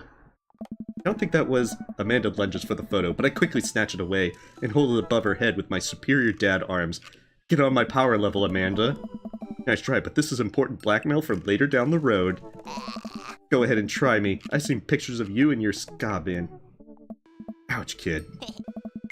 This Communist Manifesto had a chance back in the day. I look off in the distance and reminisce about that rad horn section. Hey, it's Emma P. Ah, no, Dad, that's Emma R. I didn't meet Emma P until high school. Honey, I promise you, wholeheartedly, that I will never stop mixing up those two up. Dad, Emma R has been my best friend since I was 7. Give it, like, a little bit of effort. Oh, if we could only choose the horse's name? Yeah, that's probably the thing, time. Life was so much simpler as a kid in many respects. Emma P was the one who tried to steal people's pets, fired a flaming tennis ball at the police station, pooped her pants during a sleepover. I like the idea of arson. Lighter fluid, tennis ball, tennis racket, right? Dad, that was you. She's on to me! Oh, right. I was a wild child. I was 6 when you did it. Okay, Amanda, I wasn't aiming for the police station. It just so happened there was a police station in the vicinity of where I wanted to hit a flaming tennis ball. Aww. Yeah, I remember you explaining that to the police. They didn't believe me either. I'm still on probation to this day. Oh. Anyway, I gotta show this to MR later. She'll get a kick out of it. The first photography award you ever won. Yeah, and it just got us a $20 gift card to make Fridays. Hey! I know, we would be in jail. Undoubtedly. And then you got food poisoning from the cheesy Tostada Blast. I think you mean food poisoning, you know, with a Z. Dad! Still can't drive past McFridays without gagging. Still proud of you, though. Amanda reaches deep down into the box and pulls out one last photo. Huh? Neither of us say a word. We stare at the photo for a long moment. I finally decide to break the silence. It's kind of a funny story. We got into a car accident right there in the hotel parking lot. It wasn't anything big, just a fender bender. But of course I was freaking out, and the little old lady who crashed into us was freaking out. I didn't know what to do. But your mother, oh man. She holds my hand and looks me directly in the eyes. The calmest I've ever seen her, she says, "It's okay. It's all gonna be okay." Daddy is... Now seeing that as the name plate, it's just kind of like, oh, that's silly. She was right, you know. What about the $19 Fortnite card? You gotta win more photography awards if you want a Fortnite gift card. I stare at the picture for longer. Maybe too long, because it's now 3 years later. I miss her. I can't even imagine what it must be like for Amanda. She pats me on the back. Oh, that's it. That's good to hear, Silver. Eh? Come on, Pops. We gotta finish packing. The moving van won't wait forever. You're right. Amanda and I pile into the car and take one last look at the old house. So many memories here. Hard to believe your mother and I bought this place almost 20 years ago. Oh well. Flamin' tennis ball! Go! Hey, remember when I shattered the front window playing catch? You always had very strong arms. This is the alternate history of, this is like Dragon Ball Y, I guess. I don't know. We'll have to make up some alternate Dragon Ball stuff. Yeah, Dragon Ball Y, because why is this a thing? But yeah. Hey, remember when I shattered the other front window pretending to be a robot who breaks windows? You were a very imaginative child. Yes! Hey, remember when I broke the back She has a thing for breaking windows. We get it, Amanda. You break stuff. Huh? My windows are gonna be unsafe in this game. Hey, welcome, Purple Shade. Well, it's kind of all, I kind of like playing these kind of things around the holidays that have a more, I don't know, it's kind of fun to just kind of goof off and play something more holiday themed. And this one was recommended by folks, so if it's one that's appropriate to stream and is otherwise a good time, I'm happy to do so. I can't stream Hollow Knight all the time. Although, to be fair, I don't usually try to stream Hollow Knight all the time. Anyhow, then there'll be plenty more stuff for me to break in the new place. Memories to make and stuff to break. Oh. You ready? We sit in silence for a moment. I watch my daughter grow up in this house. It will forever hold a place in my heart, but it stings a little to leave it behind. I don't think that the flowers will be that bad. It looks like we could kind of see. I'm ready. The moving van begins to pull away and I get the car into position to follow it and watch our house, our old house, disappear in the rearview mirror. Instead of the Dragon Balls, you need to collect all the dads to get your dad wish, fulfilled. So what? So sell me on our cool new pad. I clear my throat and do my best cheesy announcer voice. Nestled in beautiful, scenic downtown Maple Bay, our new house features. Ooh, washer and dryer, because that's like the game show thing. Honey, have you ever had dirty clothes? For most of my life, yes. Well, worry about them no longer, as our new place features machinations that will not only clean your clothes, but dry them directly thereafter. An upper-class luxury, I fear. The concept of clean clothes is no longer in the hands of the fat cats upstairs, sweetie. Anyway, it's also smaller than our last house.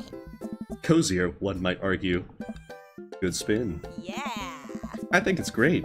Won't we be closer to a lot of cool stuff that we can walk to, so I don't have to waste gas? I mean, trying to park downtown is, you know... Amanda, you know you're gonna have to learn how to parallel park at some point, right? Parallel parking is evil. Oh, I think I remember you mentioned in Monster Parm. Unfortunately, I think I just went with Dream Daddy and Hatoful Boyfriend this year. I'll have to look into Monster Prom, though. To be honest, though, I have to kind of end a little bit early tonight because I have to go into work early tomorrow, but I'll have to remember that for next year. Or if if folks want to do that again at some point, earlier. Amanda, okay, parallel parking. Not gonna happen, Pops. Parking lots are bust. I think someone needs to do a 3-point turn on their attitude. Huh. I don't know how to do that, either. Have you met the neighbors yet?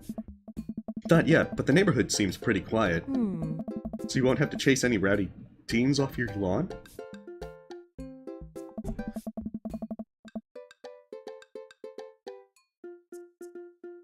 Oh, that might be a little too, risque, Purple Shade. You are the very teen you monk when you say that, honey. Oh. Let's try to keep it, like, PG-ish. Yeah, you're a real...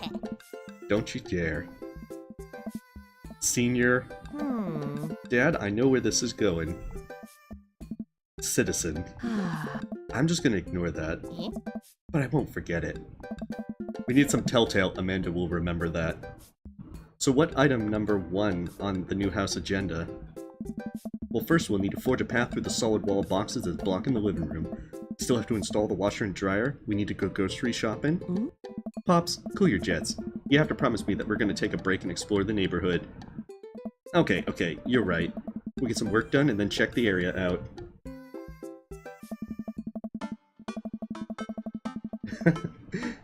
I know. Sometimes the line can be very unclear at times. It's a bit of a gray thing.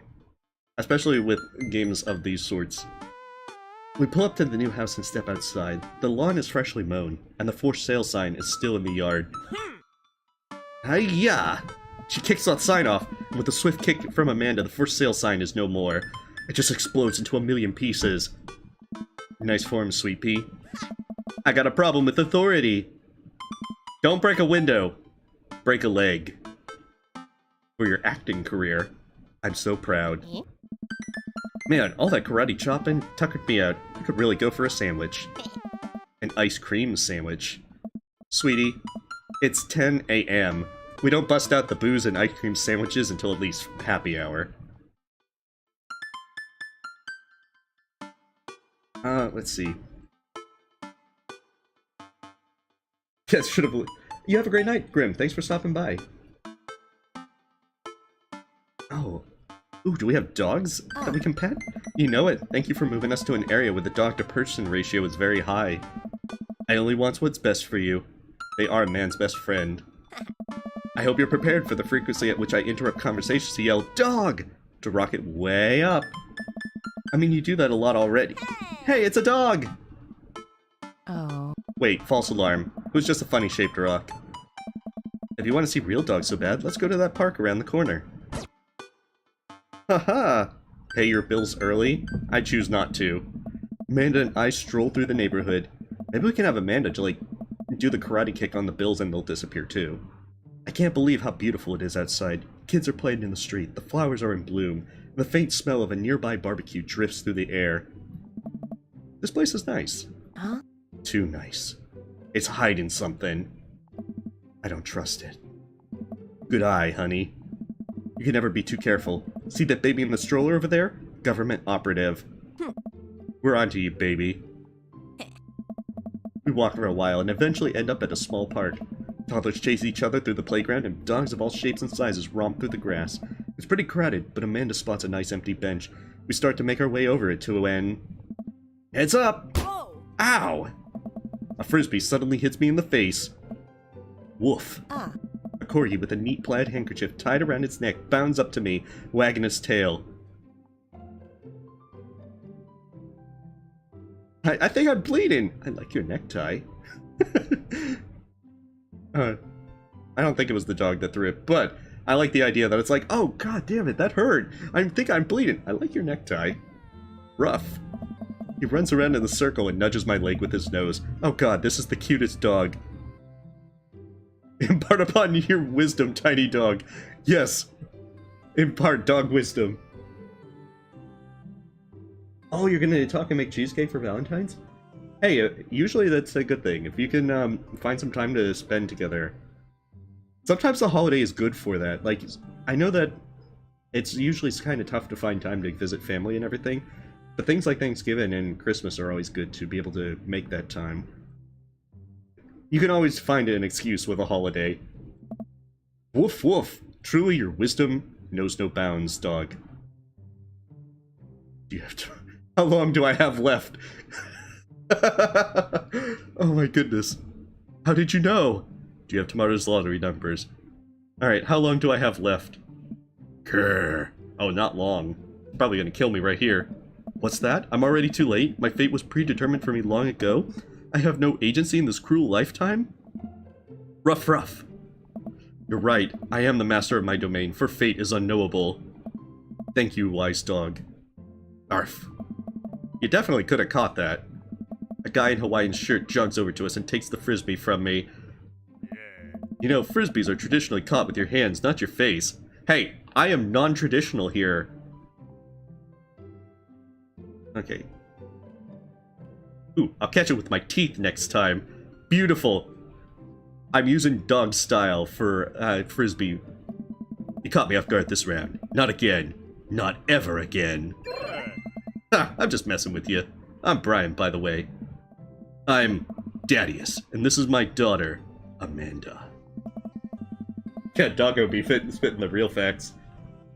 I look over at Amanda, only to find her sitting on the ground, robbing the dog's tummy. Amanda, you can have all the fun. Hi. Your dog's cool. Old Maxwell sure loves attention. It's great to see another father and daughter out here on a sunny day. Where's yours? Brian gestures over to the grassy knoll where a young girl sits on a checkered blanket. She might be ready to take a shot from the grassy knoll. She's reading a book bigger than her head. She puts it down and heads over to us. This is Daisy. She's reading the Brothers Karamazov. Her teacher tells me that she has the reading comprehension skills of a high schooler. How old is she? 10. She's a precocious little youngster. Hey. Whoa. My natural dad instincts kick in. I must brag about my child's accomplishments. Oh no, it's happening. Wait, what's happening? Go on, Daisy, tell them about yourself. That's my girl! Amanda, get in there! Okay. Oh no. Flee. We're just like, I can't take it anymore. I run off into the night. Even though it's day. Okay. Brag. Amanda here just recently won a local photography award. Wow, congratulations. Brian loses 10 hit points. Daisy actually just won a statewide poetry contest. No! You lose 15 hit points. Oh, shoot. Wait, what is this? Can't switch daughters? Amanda is your only daughter? What? If only I had a second daughter to use. Okay. Spelling bee photo. Bandage. Yes. You pull a wrinkled copy of... Wait, why do I have a grade card in the first place? You pull a wrinkled copy of Amanda's last grade card out of your back pocket. Dad. Awesome grades. Brian loses 20... What? You really carry that around everywhere? Ouch, maybe it is kind of weird. I lose 5 hit points. Daisy just started a weekly chess club at her elementary school computer lab. She's the president too, of course. Dang, my school doesn't have a chess club or a computer lab. You lose 10 hit points. Alright, we got a slight edge. Quick, I can use a bandage. I can heal myself. With a flourish, you produce a band-aid from your own pocket, and take a knee and start to apply it to Amanda's arm. What are you doing, Dad? Being a protective parent. Annie would agree, it is an unusual gesture. You lose 10 hit points. Daisy sold enough candy bars this year to take the top prize, a canoe. We're taking it out next weekend. How is that even possible? Amanda could barely get one of those sticky hand things. It's extra powerful. You lose 20 hit points. Oh, crap. Quick! I have macaroni art. Get lost, Brian. Okay, you unfurl your wallet to reveal a tiny copy of a drawing of a cornucopia and Amanda did in the 1st grade. Oh no, the enemy! I'm gonna faint. Yeah, I live by a semi-busy road, so I sometimes get some sirens. Cute! It isn't very impressive, but Amanda genuinely appreciates you holding on to it. Brian loses 10 hit points. You regain 20 hit points! I got this! That's the true bandage! I mentioned Daisy said her first word at 10 months? Daddy. Amanda's was potty. Still cute, but maybe this isn't the time to bring it up. It was 10 hit points. Oh no, I'm still losing. Quick! I have a spelling bee photo! Fumbling through your phone's browser, you managed to pull up a photo of Amanda winning her 10th grade spelling bee. Wow, congratulations, Amanda. Daisy is getting prepped for annual spelling bee right now. Hopefully this will be her 3rd win in a row. Yikes, you lose 5 hit points. Daisy here has all of her adult teeth. Never had a cavity either. Amanda self-consciously pushes her lips together to hide her teeth. It's extra powerful. You lose 20 hit points. Oh no, take it. Flee. Do you really want to flee? Then, nah. I don't think I'm gonna win this. Last week, unprompted, Amanda helped an old woman with her grocery bags. It's extra powerful. Brian loses 20 hit points. Words aren't all Daisy's good at, by the way. Her math is amazing. One time, I actually called her to double-check my numbers before I made a cut for her support beam. You did that more than once, Dad. Doesn't that say more about him than it does about Daisy? Still, you lose 10 points. Dang, he's really got us beat. Boy, it's been such a treat getting to meet you two. Arr, did he have to add insult to injury by being such a gracious winner? Alright, never use bandages in battle. I should have swapped daughters. So I take it you guys are new to the neighborhood. You just moved in. Do you live around here? Yeah, we live in that cul-de-sac down next to the coffee shop. What a coincidence, that's where we live too. Small world. Yeah, Daisy and I are in that little ranch-style house on the corner. I know that house. It's just like ours, but slightly bigger and better landscape. Does this guy have to outdo me at everything? What a lovely place you have. Well, I don't want to take up any more of your time. Really nice meeting you guys. You have to stop by at some point. Yeah, definitely. Bye. Brian and Daisy walk further into the park with Maxwell happily trotting along in tow. Do you get the feeling that he was trying to one-up us? Trying and succeeded. I can't believe that kid's only 10. What I was even doing at her age? I believe you had a bit of a thing for horses. Shame that didn't quite pan out. Could have majored in comparative horse studies. I know. We should have switched daughters. We need to see a counselor. I think I need to see a doctor for that burn. It's not too late to minor in horse creative writing. Too close to the truth, Dad. Let's never again speak of the fantastic adventures of Sir Horsington the Brave, an epic in 7 parts by Amanda Maximus. We laugh off the horse epic and walk around the park a bit more, enjoying the day. Let's see. Go take a nap. After getting a frisbee to the face and being beat at a bragging contest, I feel like a nap. Get ourselves some we're gonna hang out with our good friend Jack Daniels. Should probably unpack a bit. We should head home. I'm gonna need 4 hours minimum to figure out how to build my new bed, and I'd like not to have to sleep on the floor tonight. I get to work unpacking the various boxes around the living room. A couple hours pass, and I get some good work done. The washer-dryer unit is both washing and drying. We can actually walk through the living room without tripping over boxes. Oh, I need some dirty bean water? At least he didn't take your money. Hey, he took my experience points. I'm pretty sure that's exactly how this works. Yeah, we hang out with Captain Morgan as well. Jack Daniels, Captain Morgan. I feel like I should know some other ones that would be alcohol-related that they named the brands after. Let's see. I get to work unpacking, let's see, both washer and dried, and we can actually walk through the living room without tripping over boxes. First visitor already? I walk over to the door and open it. Hello! A handsome, clean-cut man stands at my door, brandishing a plate of cookies. Hell, Hello? Yeah. Oh, where are my manners? My name is Joseph. I'm your next-door neighbor. Oh, yes, hi, I'm Daddius. That's what my name is. I saw the moving van and thought I'd bring over some cookies. My daughter, Christy, wanted me to let you know she baked them herself. Joseph leans in and whispers, but between you and me, it's just sprinkled in the chocolate chips. We both share a laugh. Kids, right? Wow, cookies, huh? So nice to meet you. Joseph hands her the plate of cookies with a smile. Well, thanks for the cookies. Oh.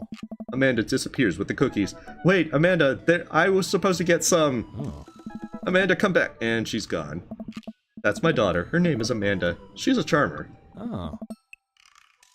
Daughters are tough. Sons are also tough. Children in general are just tough. I hear that. I mean, there'd have to be something wrong with you to try to raise more than 2. I have 4 kids. What have you done? Oh, I meant... Don't worry, you didn't mean to be rude. Oh no, this is the first neighbor I've met and my social life is already in a tailspin. I wonder if it's too late to move again. Quick, do I have the option to move again? Yeah, okay. Yeah. Is the missus around? No, not anymore, she died. Oh. I'm sorry for your loss. No, it's alright. Wow, this is uncomfortable. We stand there quietly for a moment, acutely aware of how awkward we both made things. I'm sorry, can you close the door real quick? I look at Joseph quizzically, but comply. After a second, I hear a knock on the door. Open it, I see Joseph standing there with a huge smile. Oh. Hey, I'm your new neighbor, Joseph. I promise not to talk about your dead spouse this time. I'm throwing a barbecue for the cul-de-sac, and I'd love for you to come by and meet the rest of the neighbors in our community. What do you say, pal? Jeez. That sounds great. My daughter Amanda and I would love to stop by. Also, 4 kids is a perfectly normal amount of children to have. We shake hands to seal the deal. Well, neighbor, I'll see you at 3 p.m. sharp on Saturday. Wait, what day is it now? Sure thing, neighbor. He's cooking up fellow dads. Is he the Dr. Shuu of this route? Of this game? Joseph starts to walk away, but stops to think for a second and turns around. Hey, in all seriousness, raising a kid on your own can't be easy. If you ever need to talk about stuff, I'm the youth minister at a church down the street. Oh, I don't know, I wouldn't really consider myself a youth. Yeah. You look pretty young to me, but suit yourself. And with that, Joseph's gone. He seemed nice. Amanda walks back into the living room, crumbs on her face and cookie in hand. That was the smoothest recovery I've ever seen. I should be taking notes. Yeah. This is Shu's previous life. Oh, jeez. Oh, no. Let's see. See, you're already fitting great. Where'd those cookies go? They're gone. I'm sorry. Yes. If it makes you feel any better, they weren't very good. So you ate all of them anyway? I guess she was just sparing me from the bad cookies. Good job, Amanda. I guess that makes it break time. Any ideas? Okay, we should probably go get coffee. I'm feeling a little sluggish and coffee seems like the more responsible option than just taking a nap. I'm proud of you. It's probably pushing us towards coffee shop stuff. We walk down the street to the Coffee Spoon, a cute little place on the corner. Yes. Man, this is such a convenient walking distance from our place. I mean, I guess. What's wrong?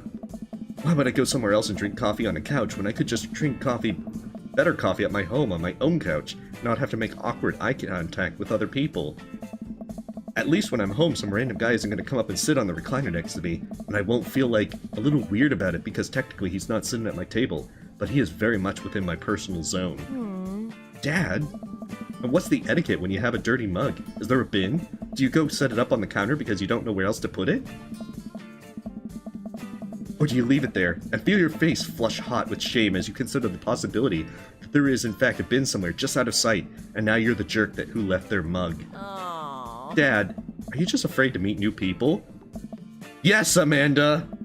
We walk inside. The inside of the coffee shop is incredibly warm and inviting. Vinyl records line the walls and patrons lounge around on well-worn-in cushions. Some cool tunes spin on a record player next to a little stage. Hey, Welcome to the Coffee Spoon, guys. How's it going? What's with the name? hey. Ew, it's kind of dumb. It gets mentioned in this poem I like, and I thought it was a good idea at the time. And I suppose it's still a good idea because, like, the business is still running? But people ask me that question all the time, and I give them the same answer every time. And now I'm standing here rambling, and I'm sure we're all getting more and more uncomfortable that I keep talking. But man, we're in it now, and I can't stop. Hey. So what'll it be? Oh. I scan the chalkboard menu, and I'm immediately overwhelmed. It looks pretty relaxed. I'll have a... Ooh. I came here for coffee. Godspeed you, black coffee. A classic. I don't get it. Oh, it's a pun. Godspeed you. Black Emperor is really amazing and influential rock band known for their sweeping soundscapes and... Oh. I'm doing the thing again. Hey. But coming right up. And for you, I'll have a macchiato di Marco, please. Hey. Coming right up. You want that in small, medium, or Biggie Smalls? Medium. Wait, is Biggie Smalls big or small? I should change that, shouldn't I? He sets to making our drinks and Amanda and I take a seat on one of the couches. What's his deal? Let the man make his puns. They're cooler bands than you listen to anyway.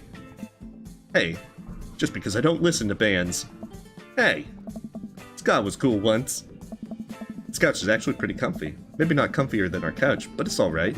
Good lumbar support, you sink right into it. Okay, it's comfier than our couch, but we'll never admit that. We'll die rather than admit that. Amanda nudges me. Huh. This place is right next to our house, and that guy seems not only cool, but also just as uncomfortable with talking to other people as you are. Is it the pure bitter taste? Oh no. Oh, I don't drink coffee, I drink tea instead.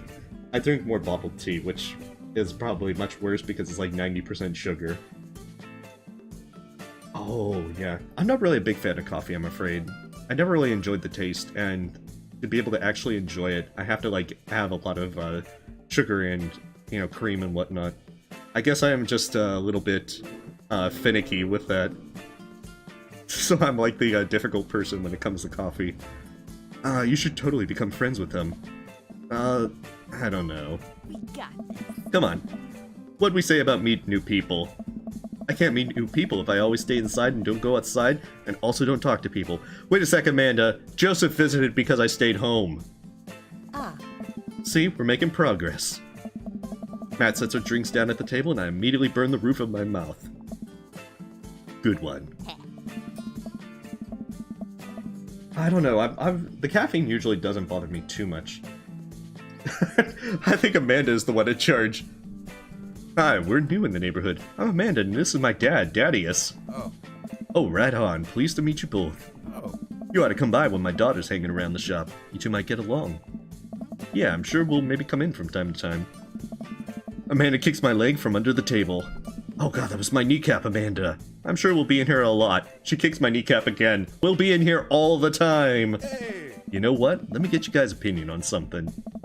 Matt goes into the back and comes out with a fresh plate of something that smells amazing. Hey. I'm working on a new banana bread recipe and I need help coming up with a name for it. Well, I think we're gonna have to taste test it first, so if we can get the full flavor profile of, you know, I really appreciate the flavor sensations of... Amanda nods vigorously. She knows this game. Yeah, we need to give that Nana bread a taste if you want us doing free creative labor. I think that would be commensurate with, I taught her very well. We have trained for this day. I was just gonna give you guys free banana bread anyway. Right, yes, that. Matt serves us each a piece. Amanda and I happily chow down. This is amazing. Hey. Thanks. The secret ingredient is bananas. No. So, any ideas? I'm stumped. Yeah, she kicks your kneecap again. We'll never leave! God, Amanda. I can't leave even if I wanted. I think I might only be able to give you dad band puns, but I'll give it a shot. Grateful banana bread. Right said banana bread. Okay. Let's see. Always go with door number 1. You know... Oh, wow. You know, like the punk band? Oh. I thought you said you only knew dad band puns. I'm a hard dad. Look at my glasses, and my toothpick, and my scowl. That actually has a nice ring to it. Really? Hey. Yeah, banana bread Kennedys. Strong decisions, that's art, baby. Hey. If I could have a cigarette instead, I would, so that way I could be the hard dad. Just sleep behind the counter? No. Oh, jeez. I wanted to say baby because I thought that would sound cool, but once I said it, I realized it doesn't sound good coming from my mouth. Maybe I should just leave saying baby to the professionals. Hey. Hey. Enjoy your coffee. Thanks, baby. Hey. See? It sounds good when you say it.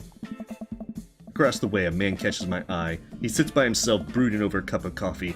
Our eyes meet, just for a moment. See, he looks like he would be smoking. I hastily look away, hoping he didn't catch me staring. Who is that? Finish up our drinks and head out. Hey. Thanks for stopping in. Take care. Okay, now that we're full of caffeine, where to? I need a nap. We just had coffee. Have you ever known me to play by the rules? Your father's a rebel, sweetie. I don't obey the rules of caffeine. Now all aboard to the train of Sleepy Time Junction. As we're walking home, I hear heavy footsteps come up behind us. Daddy, it's Bro. Hey. I turn around and am greeted by a familiar face jogging up to us. Craig? Oh. Bro. Bro! Oh. Holy. Wow, I haven't seen Craig in forever. I'm reminded of Tales from the Borderland where they do the thing where it's like, bro, that's bro. It's been too long, dude. No, you broke it. You broke the combo, Craig. You're supposed to say it's too long, bro. Yeah, wow, you look great, bro. Bro. Yeah, see, now he's saying it. Yeah, I cleaned up my act. Cleaned up his act? Are you kidding me? He's ripped. Amanda, this is my friend Craig. We went to college together. We were roommates for a while, too. Amanda, dude, you probably don't remember me, but you're so big now. Let's see. I think it's the eyes that make it look more cute and adorable. Hello, and hello, cute baby. Aw, thank you. The last time I saw you, I think you were about her size. This is River. Say hi, River. Picks up her tiny wrist and waves it around. River gurgles happily. Are you babysitting? Nah, dude. River's my kid. Man, it has been a long time. Feels like one minute we're rolling up to exams with bad hangovers, and next we're both fathers. Where you been, man? I know. The finger guns fight is so great. But I do remember that, and it's also the part where, like, you... I think in that same scene, if you have it to where you, like, fist bump Loaderbot as well. It was such a great game. Really love that one for Telltale. I was working out in California and just relocated to business back to Maple Bay. No kidding, Amanda and I just moved to this side of the town. How's Smashley doing? Oh. I mean, Ashley. Ashley is her name. I don't know.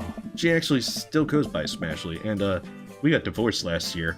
Convenient! Oh, dude, I'm so sorry!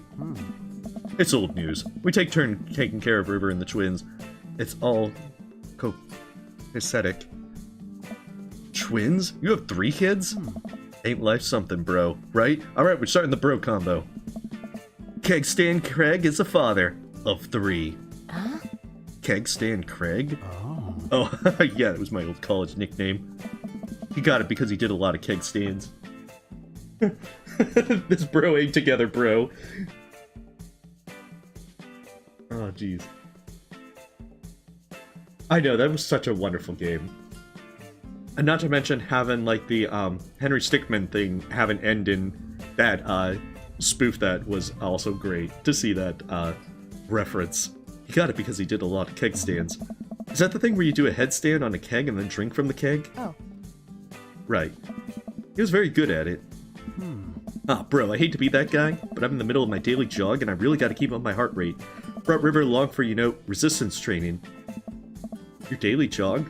I jog yearly. On January 1st, when I promised myself that I'm gonna jog daily for the rest of the year, but give up after 30 minutes and just walk home. Oh. Well, it's never too late to get back into it, dude. You should join me sometime. I don't know. Hey! Come on, it'd be fun. We could grab breakfast afterwards, catch up. We could do a bro bunch like the good old days. Alright, sure. Sounds great. Great, let's get that going soon. I better get moving. Good to see you guys. Craig gives a little wave, puts his earbuds back in, and jogs off. My hair jogs more than I do. You're darn right. Oh, jeez.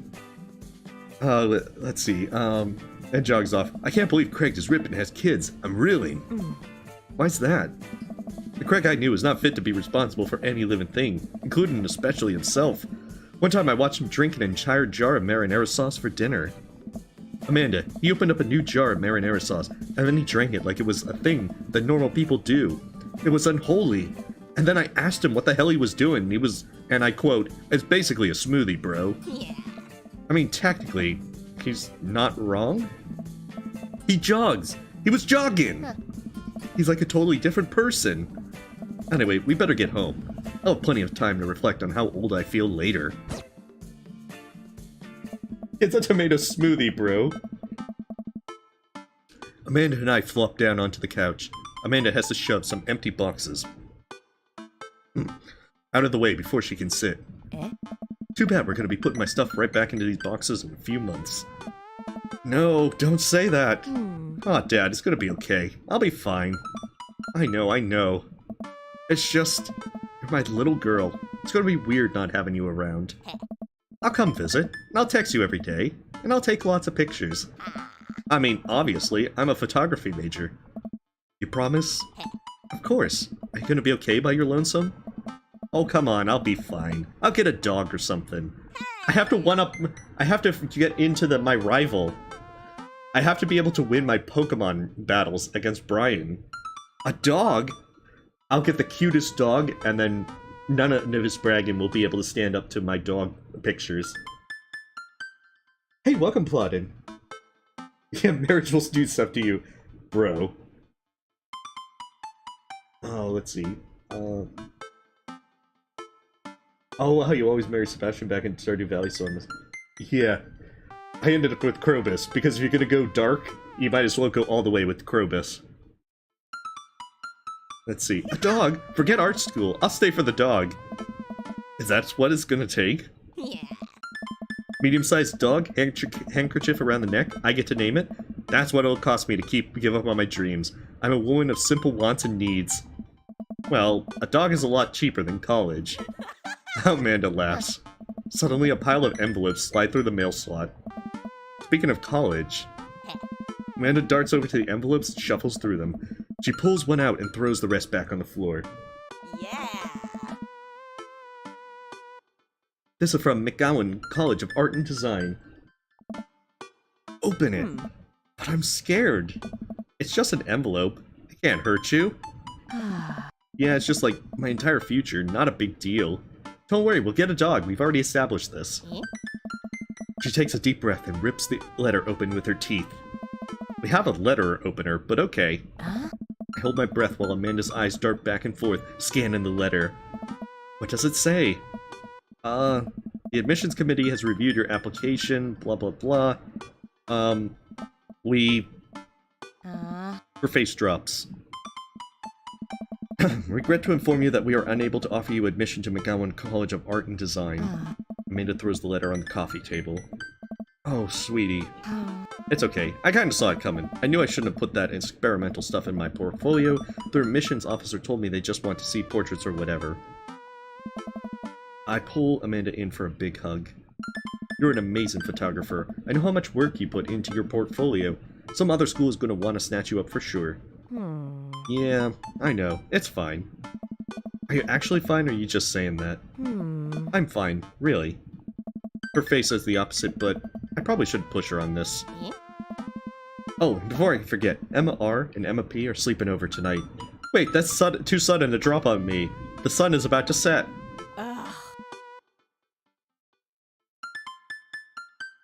Oh, I've never actually played Pokemon, so I have to have the thing where I never played Pokemon, so I can't get into it now.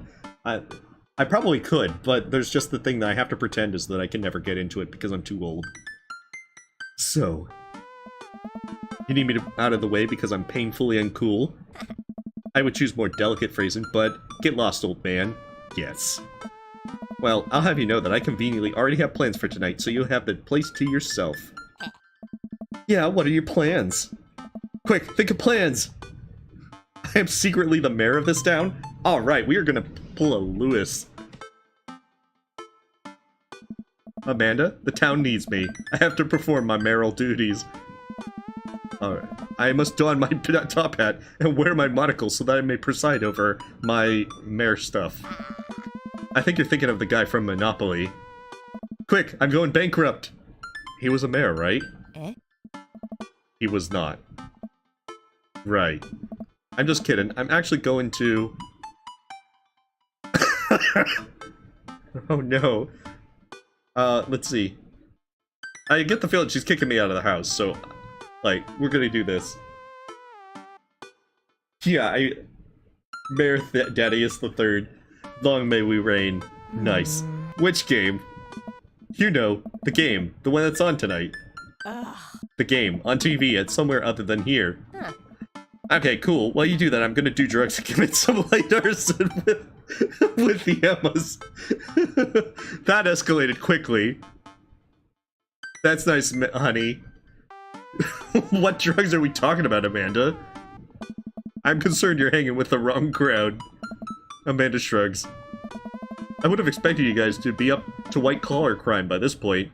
Maybe money laundering at the least. Nah. I'm a street rat, Pops. You're kidding about doing drugs and crime, right? Yes, Dad. Just making sure. I give her a pat on the head. Have fun with your sports. Are you being sarcastic? No, making fun of sports is played out. Alright then. I do some light cleaning around the house and decide to clear out right before Amanda's friends arrive. If it's shrooms, then it's all good. That's not a solution, that's just arson. I mean, arson could solve all our problems, but...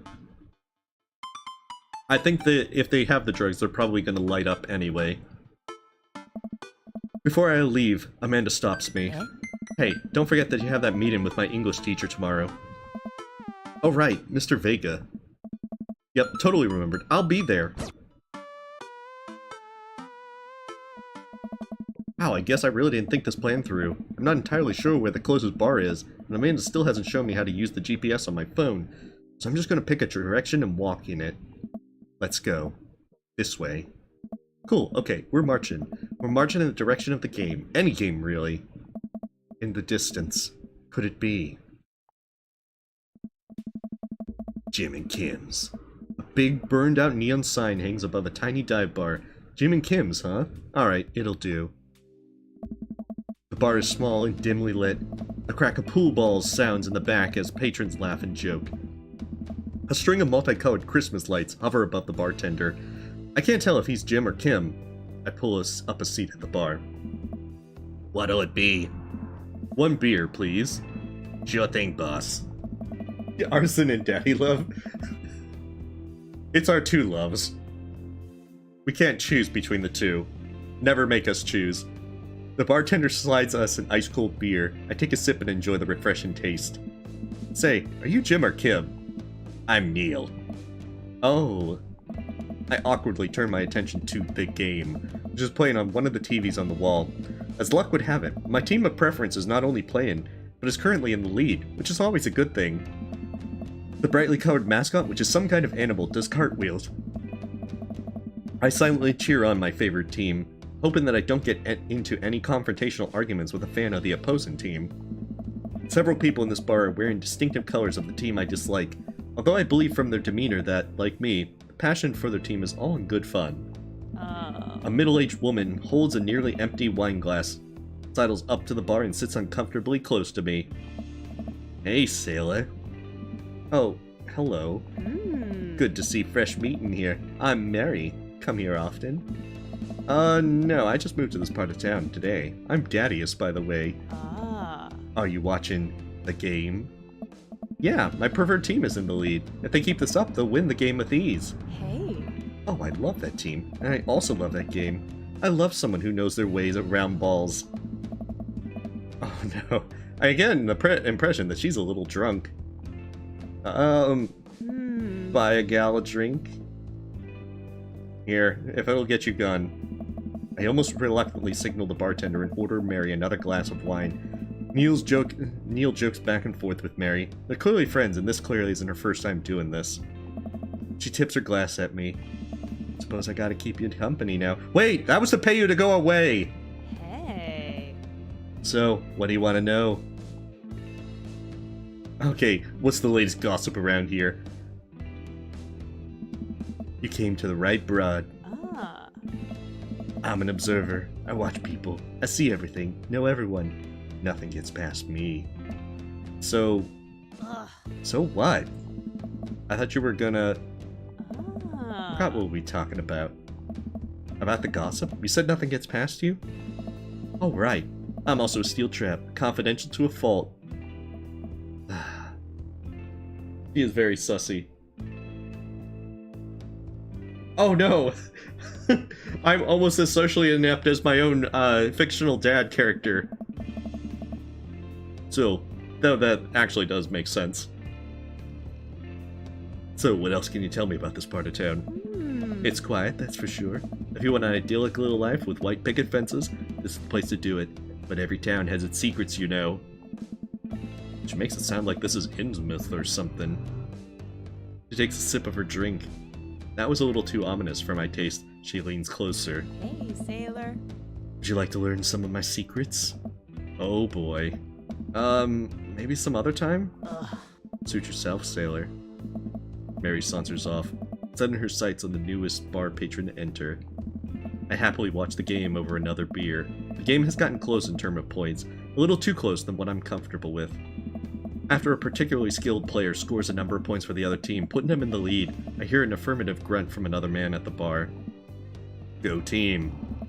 It's the brooding man from the Coffee Spoon. He sits alone, sipping whiskey and watching the game as well. Enjoying the game? I am now that we're winning. Oh, we must be rooting for different teams. In my opinion, my team is far superior. My sunglasses say, prove that. I have to disagree with that. Based upon our win-loss record, I'd say that my team is superior. Yeah, this is Dream Daddy. We have to have dads. Oh, she's a stalker? Like the satanic cult? It is a pretty nice jacket. I still feel that this guy needs to be smoking like 24/7.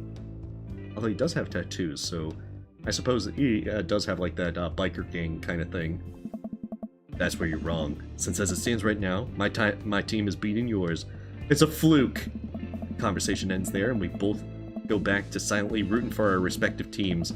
The game is close, with both sides playing their hardest to win. But in the end, my team prevails. Quiet cheers ripple throughout the bar. In your face, stranger! I raise a respectful glass at the man drinking whiskey. He raises his in response. An unspoken truce is formed between us based on our mutual love of the game. He motions to the bartender, who pours 2 glasses of whiskey. The man slides one over to me. The name's Robert. Thanks, I'm Daddius. Oh. You must be new here. Mary already hit on you? Yeah. Mm-hmm. Robert chuckles. Huh. She's a peach. Well, you picked the best bar in town. As slimy as it is, you'll never find a better spot than Jim's and Kim's. That's true, he probably would throw us out. I feel like he would probably blow cigarette smoke in our face first. Maybe put it out, cigarette out on our forehead. They're like, you got a toothpick? I got a cigarette. That wins this paper rock scissors of coolness. Although you still shouldn't smoke. Is there actually a Jim or Kim that runs this place? Oh. No, that'd be Neil. Neil waved from across the bar. Oh. Good guy, Neil. Not enough Neils in this world. Okay. Huh? You a whiskey fella or a beer fella? Beer, but I'll drink most things. You like shots? Ooh, shots fired. I don't like them.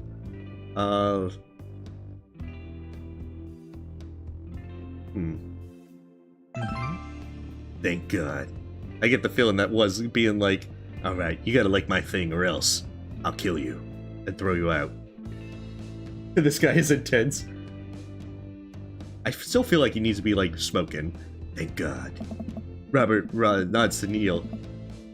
I feel like this is one of those things like with Monkey Island. Of course I like this! Who serves up 2 shots of whiskey? He hands one to me. Let's hope this doesn't end Lamplight City style, where we go home and water the begonias while dead drunk. Oh. Here's to your health. We take the shots. The whiskey burns going down, but I try my hardest to look tough. Wait, I think this is what making friends is. Okay, Daddy, this guy's out of my friend league, but I think if I play my cards right, we'll be pals in no time. Ooh, compliment his cool leather jacket. I like your jacket. Thanks, been in my family a long time. Passed down from firstborn to firstborn. Cursed, some would say.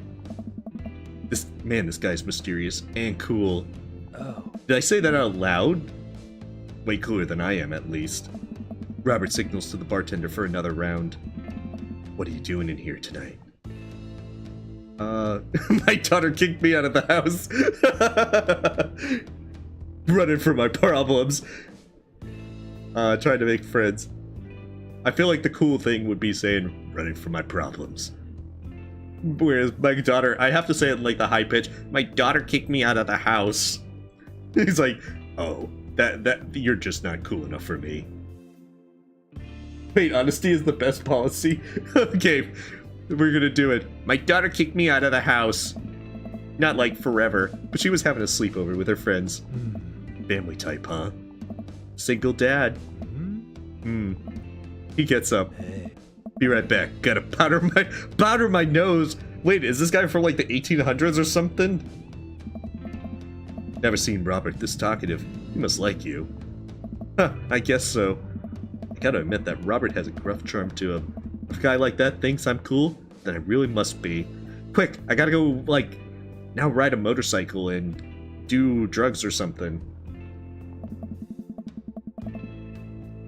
Robert comes back from the bathroom and grabs his leather jacket. I'm gonna go home. You headed my way? Robert and I leave the bar and find ourselves walking in the same direction. So. I live in this cul-de-sac down the way. Does everybody live here? Yes, this is the cul-de-sac that only dads live in. Me too, we just finished unpacking today. Great place to be. Good neighbors. Well, some of them. Who's that? We get to Robert's house, which is just a few houses away from mine.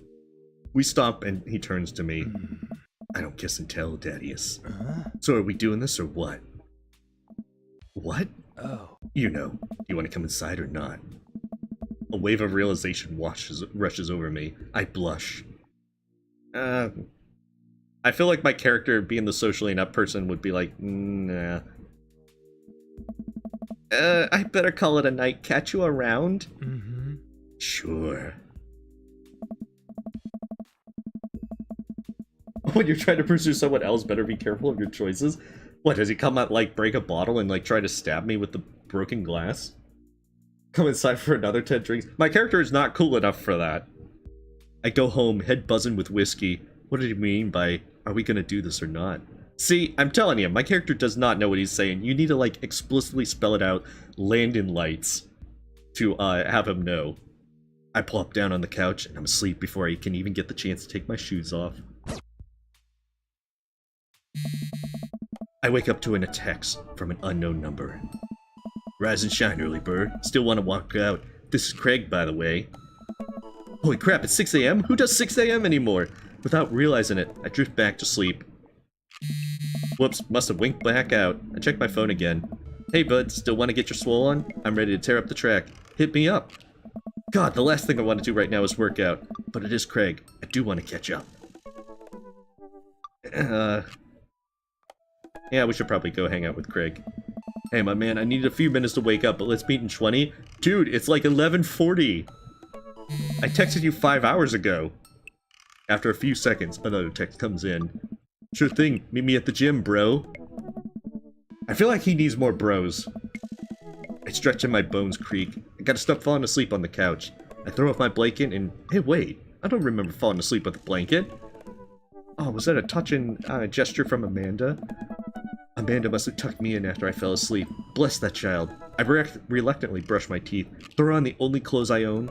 that are even kind of gym appropriate and head out. I know, too.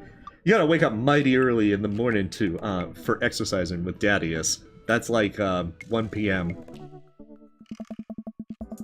The neighborhood is quiet and serene this early in the morning. Birds chirp and the grass is still wet with dew. Surprisingly, the gym is pretty crowded. I spot Craig standing out front, stretching. Of course, he spots me and waves enthusiastically. Hey bro, good morning. Come on, we gotta keep the bro combo going. Hey, good to see you, man. I'm gonna say I believe that he would say, good to see you, bro. I'm definitely not as pumped as he is. Maybe I should have had some coffee before I left. You ready to kick some butt, bro? Help!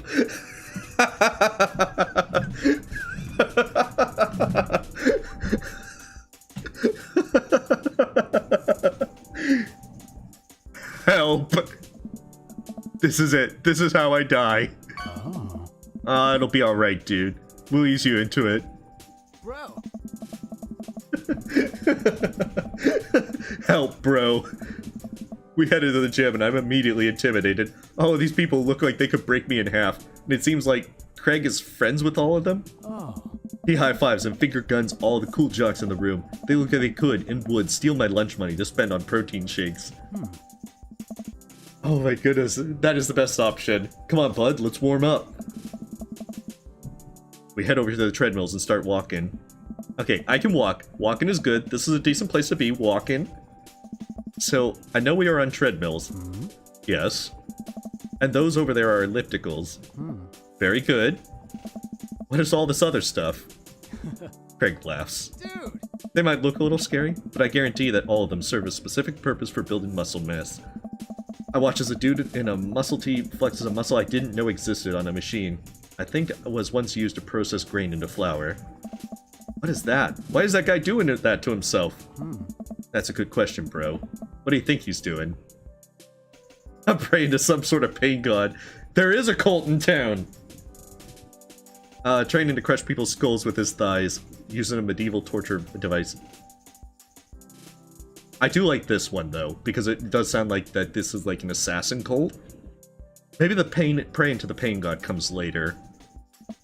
He's trying to make his thighs so strong that he could crush people's skulls with them. Hey. Yeah, that's pretty much the only reason I work out. Oh no, Craig is turning up the speed. I better do the same. How long have you been doing the buff thing? Nice. Couple years, bro. What do you do when you're not dadding or working or buffing? Oh, I coach my twins softball team, bro. That still counts as both dadding and buffing. Yeah, praise the pain god. But I like the idea of being able to murder people with your thighs like that. It sounds like that would be an interesting assassination cult. I don't know. I saw that there was like black ones before. I guess that must have been like a bad thing. And then the hearts are a good thing. Let's see. I guess as a way to keep track of what you're doing. Because sometimes I remember that some games like this will show various effects if you're saying the right or wrong thing. Oh, hey, welcome, unavailable. Yeah, we managed to seduce Shuu. Through copious hand-holding. And rereading guides beforehand. Okay, I keep busy. What do you do for fun, bro? Ooh. I try to live my life as close to a Jimmy Buffett song as possible. I love learning. Check out my hot bod. I get the feeling that this is probably the thing that he would like to hear. Whereas, saying like, I love learning is kind of like, my daughter kicked me out of the house last night. Yeah, we'll just be full of ourselves. We'll try to fake it. I spend most of the time in front of the mirror, admiring my Adonis-like figure that I've worked so hard to sculpt by jogging once a year. Oh yeah, see, he likes this. Ha! By that I mean lay horizontally and watch bad television. We're jogging now. Oh god, we're jogging now. I look over to Greg, who hasn't even broken a sweat. How is he doing this so effortlessly? I'm dying. I can feel my life force draining through every orifice of my body. Hey, remember when my fish died in college? No. I don't like this story. Oh my god, is he really bumping up the speed again? I guess I better do it too. Oh, this is fast. This is very fast. And we were at that party, and you vowed to make me feel better. You tell me to create a distraction, so of course I do a sick keg stand and get everyone cheering. Yeah, you gotta game them, bro. And then I try to steal a fish from the fish tank at the party with my bare hands like an idiot. And then you drop the fish and it's flopping all around and you panic. So you run up to me post-keg standing with a dying, dirty fish in your hands that you scooped up off the ground, and you're yelling at me that we have to leave. Hey! So we're running at a frat party with a fish and trying to give it mouth-to-mouth resuscitation. And we get home and get him into a bowl of water, but the prognosis was grim. And the next day he's alive and well. Bro! They never did catch the great fish thieves of Grand Ridge U. And they never will. I shoot off the end of the treadmill and crash into the wall. Jesus, that hurts. Nice! Dude, bro, are you okay? Craig offers me a hand and looks me over for injuries. I'm fantastic. I manage to stand up and rub my back. Doesn't hurt now, but I'm sure it will later. Oh, man. You don't have to push yourself like that. Always know your limits. Oh, I think I might call our gym adventure here. You sure? Yeah. Oh. Alright, well, here. I brought you this. Craig hands me a shaker bottle full of a thick green liquid. I stare at it with what must be apparent distaste. Huh? It's a protein shake, bro. Oh, thank you. He wants me to drink it. Oh boy, here goes. I take a small sip. It's actually delicious. Wow, this is really good. Dude! And good for you. It's my special recipe. I'm pretty proud of it. This is how Dadius becomes Goku Arson Dadius. Oh my goodness. Yeah, can't you see my toothpick? Of course I work out. Let's see. Bro! Let me know if you ever want to work out again. Maybe we can try running around the neighborhood if treadmills aren't your speed. No pun intended, bro. Good one, bro. Well, I'm gonna put some ice on this everything. I'll see you around, bro. I feel like we just need to add bros to all of their conversations. I leave the gym feeling ashamed. Craig used to order delivery from the pizza place across the street from our dorm, and now he can run circles around me. Literally. Man, I gotta work on this dad bod. I get home and lie down on the couch. It hurts to move. Oh god, I'm so old.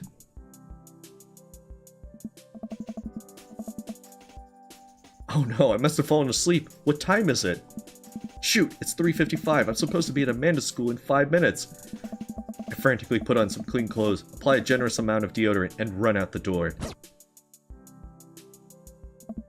I arrive at Amanda's school and check in at the front desk. They give me a bright orange visitor sticker and send me on my way. I'm barely awake and feeling pretty haggard, but hopefully no one will notice. I check my watch, and I'm relieved to see that I'm only 2 minutes late.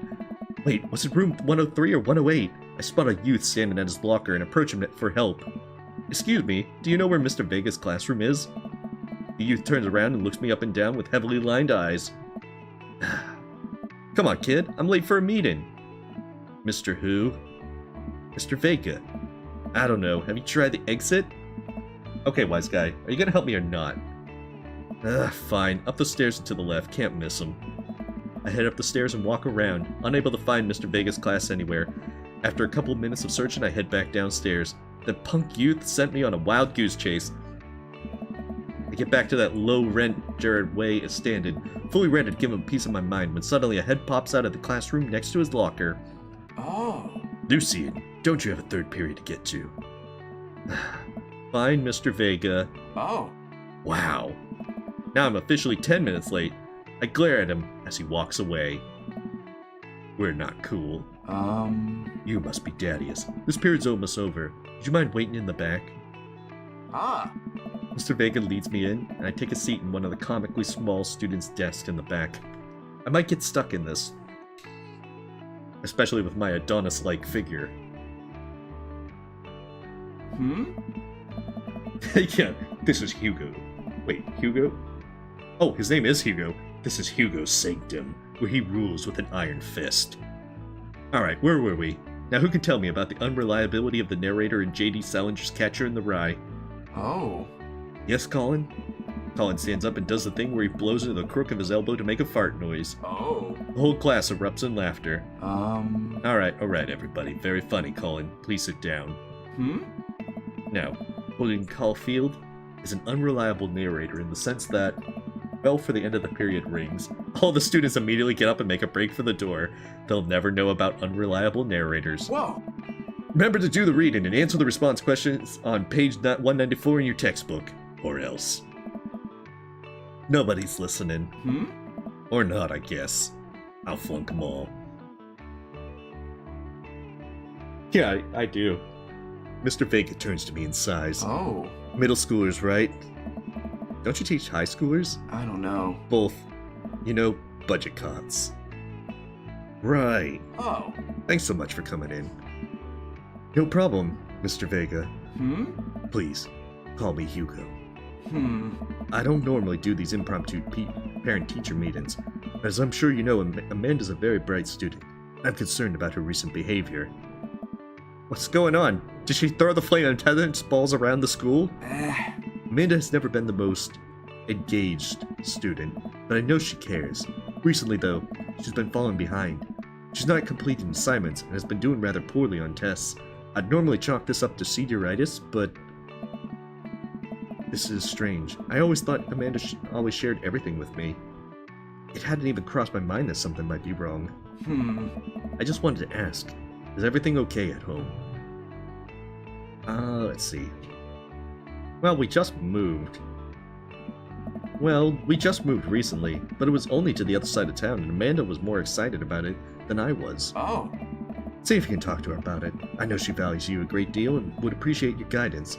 She keeps headed down this road. I don't know. I know how important art school is to her, and I would hate to see her miss out on scholarship money that she clearly deserves. I know, that must be pretty rough to teach between, because middle school and high school is much different. I'll make sure to talk to Amanda. Thanks for letting me know, Hugo. Anytime.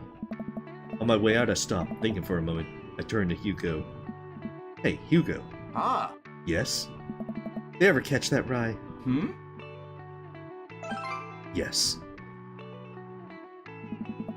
I leave the classroom and make my way out of the school. I'm still a little bit in shock that Amanda was able to hide this so well from me. She's always been such a force for positivity in my life, especially after we lost her mother. Wait, then that means she could be telling the truth about the drugs and crime. But she was playing it off as a joke. Amanda, what are you doing after hours? When the sun sets. That is true. Moving can certainly be bad. Although, to be fair, it looks like that she still has the same school, so it probably wouldn't be as bad as, say, moving to a completely new place and having a new school. Because I know that that's a little harder to adjust, especially in the middle of the year. Amanda must be done with classes for the day by now. I'm sure she would appreciate a ride home. And maybe I can talk to her about what's going on. Okay, let's see. I need to take a quick moment to hydrate. 1 second.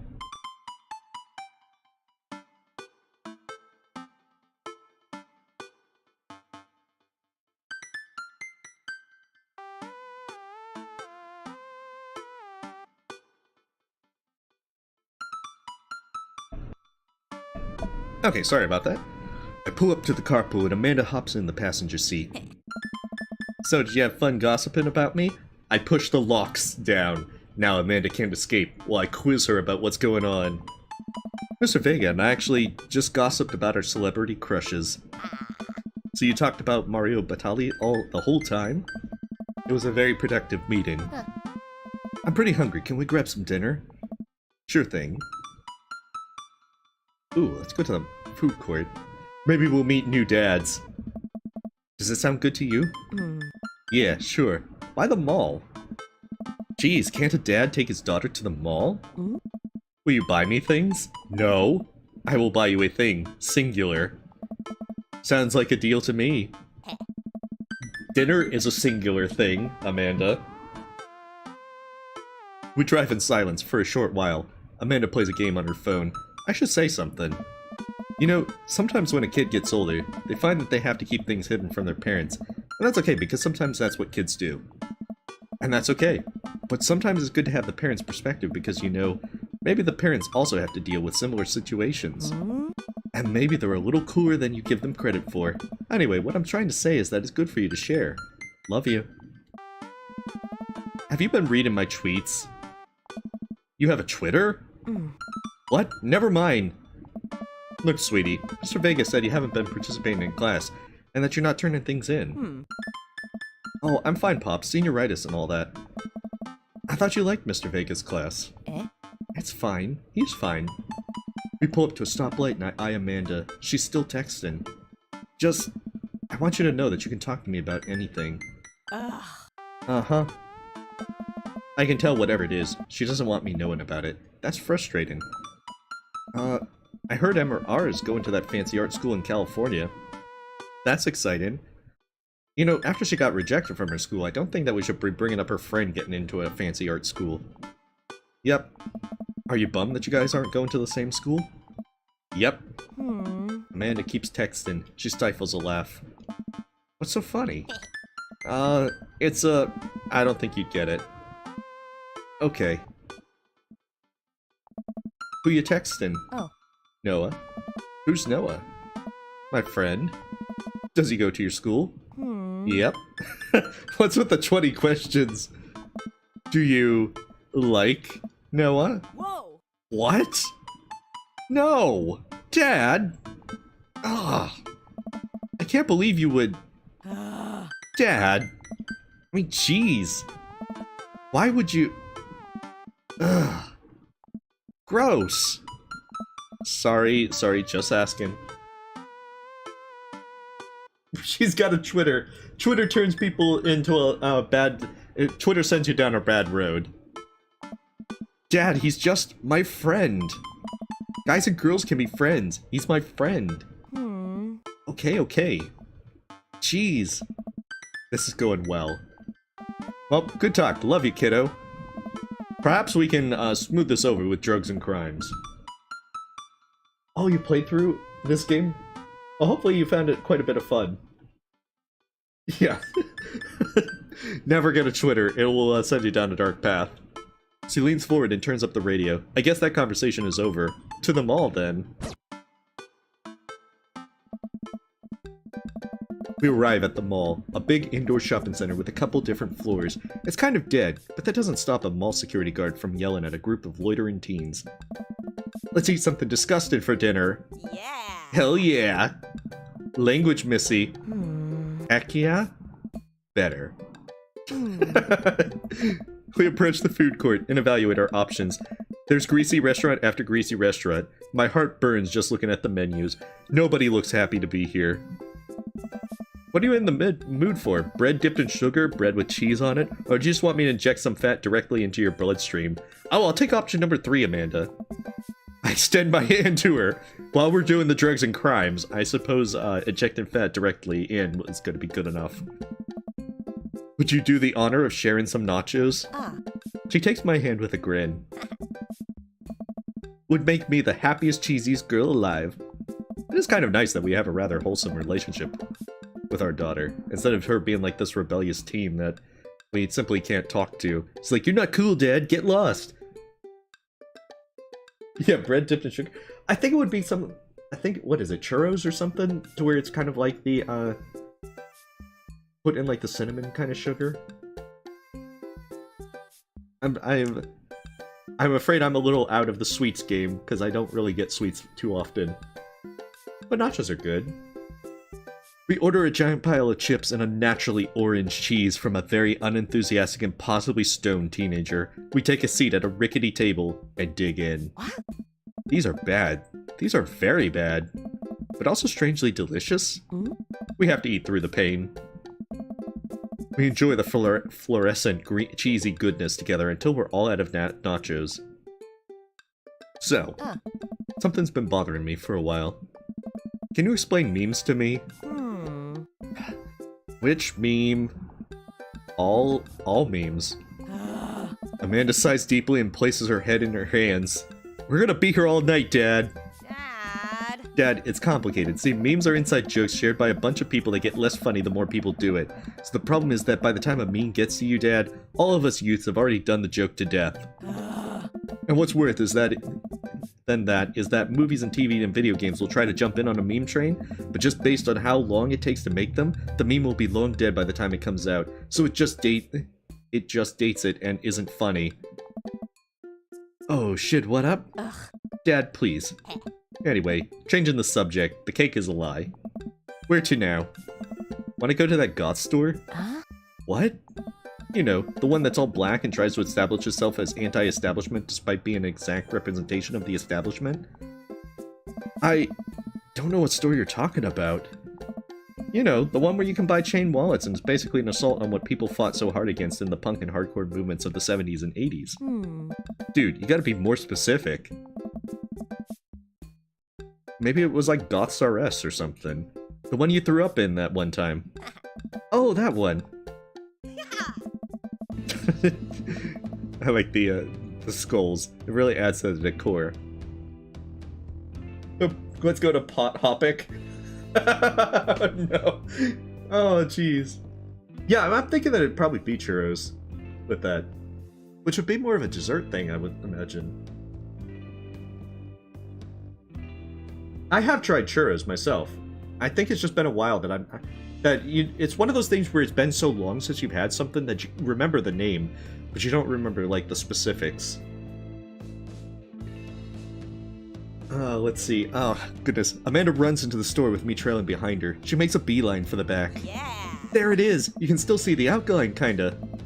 I'm so... proud? Speech! Amanda. Hey. Speech! Speech! Speech! Alright, I'll do it if you stop chanting! Amanda stops immediately. I clear my throat. Thank you all for joining us here today to commemorate a historic moment that will forever shape history. On a day very much like today, some 5 years ago, our very own Amanda and Maximus had too much blue raspberry slushy on an outing to the mall. Huh. After begging her father to take her to Dead Goth and Beyond... Oh, that's actually... Oh god, that's actually a pretty good one for Bed Bath & Beyond. Oh, to Dead Goth and Beyond to buy... I still love the Simpsons one, where it was the gun shop that's called Bloodbath and Beyond. But that's still a great one. To buy rainbow suspenders, she proceeded to throw up all over a display of My Chemical Romance merchandise. Her loving father had to pay for said merchandise, which to this day remains among our possessions. Thank you. Ah. That actually is a great name. I was going to go with Goths R Us, but yeah, that definitely is much better.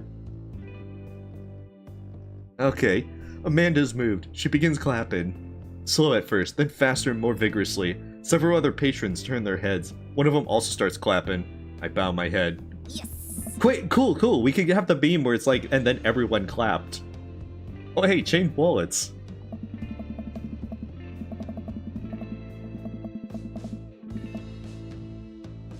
Oh, let's see. While Amanda busies herself looking at band t-shirts, I try to find something of interest to myself. Not much for a dad to look at in Dead Goth and Beyond. Okay, let's see. Check the clearance bin for hot deals. Hot dad deals. I don't know, the t-shirts probably are a good one.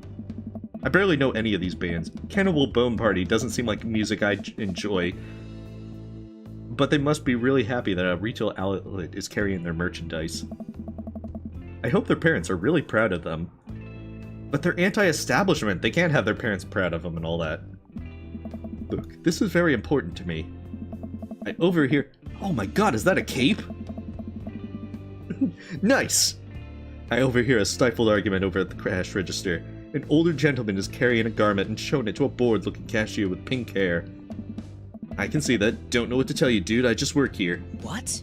Listen, when I bought this online, the website said this blouse was Victorian-inspired. However, when I received it, it clearly held the trademark of Edwardian dressage. Do you want a coupon? I can give you a coupon. Will you leave if I give you a coupon? Is there a manager present? People have to know what they're buying. I am the manager. I see. Well, it would seem that I have outstayed my welcome. Good day, shopkeep. Your superiors will receive a strongly worded letter by post. Also, perhaps by bird. He could be a vampire. Whatever, dude. Does he, like, hold up a crucifix? The man whirls about and storms out, his little coattails trailing behind him. I can't tell if they were Victorian-inspired or Edwardian in nature. I feel like he would need to, like, flap the cape dramatically and then storm out. Amanda trops up to me with the t-shirt in her hand. Oh boy, here it comes. Hey, Dadtron 5000! Yes, I'll buy it for you. Wow, that was easy. Thanks. At least it's only one this time. Amanda plops the shirt onto the counter and grins at the cashier. I love your hair. Cashier says nothing and rings Amanda up, radiating hatred. I hand her a 20. So, what was that guy's deal? Cashier rolls her eyes so hard I'm worried she'll pull something. That's Damien. He's in here all the time. He's obsessed with Victorian fashion or whatever. She hands Amanda her bag, and it's clear the conversation is over. This has kind of like What We Do in the Shadows vibe to it. We just need this to be like What We Do in the Shadows, with him and his fellow vampire roommates, and all their shenanigans. Oh, that's a great movie as well if you've never seen it. I'm doing my dark bidding on the internet. What are you bidding on? A table. Okay, we head our way out of the store and head home to get some rest. There's movies like that to where they're fun to watch, especially if you're watching them with friends. Oh, he probably should do that. That would probably work best. Amanda and I sit on the couch trying to find something to watch over bowls of ice cream. Oh cool! Long Haul Paranormal Ice Road Ghost Truckers is on! Your favorite, right? Oh, that sounds oddly specific, but I'm oddly intrigued. Okay, you have a great night, Mr. Penguin. Thanks for stopping by. Oh, hell yes, they have to make it over the Canadian tundra before the ice road melts, but they're also hunting ghosts. Also, the trucks are haunted! This is an episode I've already seen, but it's one of the best. Callum and Flint Dogbone, the twin brother truck... Oh, 1 second. The twin brother truck driving and ghost hunting duo find themselves in their greatest peril yet. Oh no, the ghosts have done got control of the truck! I can't steer them... I can't steer on them, they're near... God, I can't talk at all. I can't steer on them, their damn ice roads. There we go. I finally made it. The talking is almost as bad as driving on the ice roads. Let me use this EMP meter to try and communicate with the spirits. Flint, we're about to die! Ah, almost got it. If you listen carefully, it sounds like it's saying, you're going to die. Why don't they just do like a magic 8-ball instead? Be like, are we gonna die? Yes. That's because we're about to die, you! This is art. The episode ends and Amanda... But wait, did they make it out? Okay. I'm invested now in this episode. And Amanda excuses herself to go and start arguments on the internet. I stay up a little longer, curious about the exploits of Calum and Flint Dogbone after their disastrous ice road accident. Afterward, I crawl into bed and get a good night's sleep. You can't start that and then... you can't... without, giving me a full resolution. Morning, sleepyhead. 5 more minutes. I can play dead again, Amanda. You have never let me have 5 more minutes, so get up. Fine. I get the feeling that the roles are very reversed, not too often. Okay, you have a wonderful night, Purple Shade. Thanks for stopping by. We have cereal for breakfast and spend the morning putting together furniture. Amanda's much better at interpreting the tiny manuals. We're able to put together a few shelves in one desk, but I'm pretty sure it was supposed to be a bookcase. So, you excited for the cookout today? Ooh. If there's food, I'm excited. Let's see if my cooking skills can match up to Joseph's. I'll see this as a learning opportunity. If I can snake some hot grill tips, I think we can consider it a success. Don't you want to beat some of the people in the neighborhood? It'll probably end up standing uncomfortably in the corner with a plate of food and hope that nobody talks to me. Dad, you're a beautiful work in progress. We will get that butterfly to emerge from the cocoon. The social butterfly. You'll have to drag me kicking and screaming into the century of the fruit bat, Amanda. Well, we better start getting ready. We definitely don't want to be late. I mean, yeah, free food is already good enough. I know, I'm usually the one that is very bad at getting up early. I think if I get up early, I have to actually have some reason to get out of bed because I otherwise won't do it. Although the cat alarm will kind of get me out of bed periodically. Let's see. Well, we better start getting ready. We definitely don't want to be late. What? No, we have to be fashionably late. Who shows up to a cookout on time? Or early? You know what? We're going early, just because you said that. I head out the door and Amanda reluctantly follows. We walk across the street to Joseph's house with a store-bought veggie plate. Aw, come on, couldn't we have bought, like, the potato salad? That sounds even lamer. I'm a terrible cook if it doesn't involve a grill. And we have to be, like, 15 minutes early, so it's, like, super awkward. Be like, oh, I thought you were gonna be here for 2. It's 1:20. I guess we're not as early as we thought we were. Joseph's backyard is already packed with people and the smell of hot dogs wafts through the air. Small children run through a sprinkler, and adults chat in small clusters. I set our veggie plate down on a table next to 2 other veggie plates. Huh. Hey, there's Joseph. I wave to get his attention. The moment he sees us, he jogs over, arms open wide. Welcome. I'm so glad you 2 are here. And you brought veggies. Let me introduce you to my family. Kids, come on over here. This is Chris, my eldest. Hey. Oh, he's like sulking. He's already entered teenage phase. This is the part where he starts doing crime and drugs. Hi. Oh. Yeah, he's got the solid kind of like, hi, what do you want? This is Christian and Christy. They're twins. Oh my goodness. They look like they're like dozed off or something. Maybe they are doing the drugs. They stare creepily and say nothing. Maybe, no. They gotta talk in unison. They're like, hello, father. And hello, Daddius. It's nice to meet you. I feel like these are the people that would be like staring through my windows at all hours of the night. Hi. Then, of course, there's our youngest, Krish. Wait, where is Krish? Maybe Mary put him in his crib. Oh no, it's the woman from the bar the other night. What is she doing here? Wait, what is she doing here? Oh, and how could I forget my lovely wife, Mary? Oh, goodness. Oh no.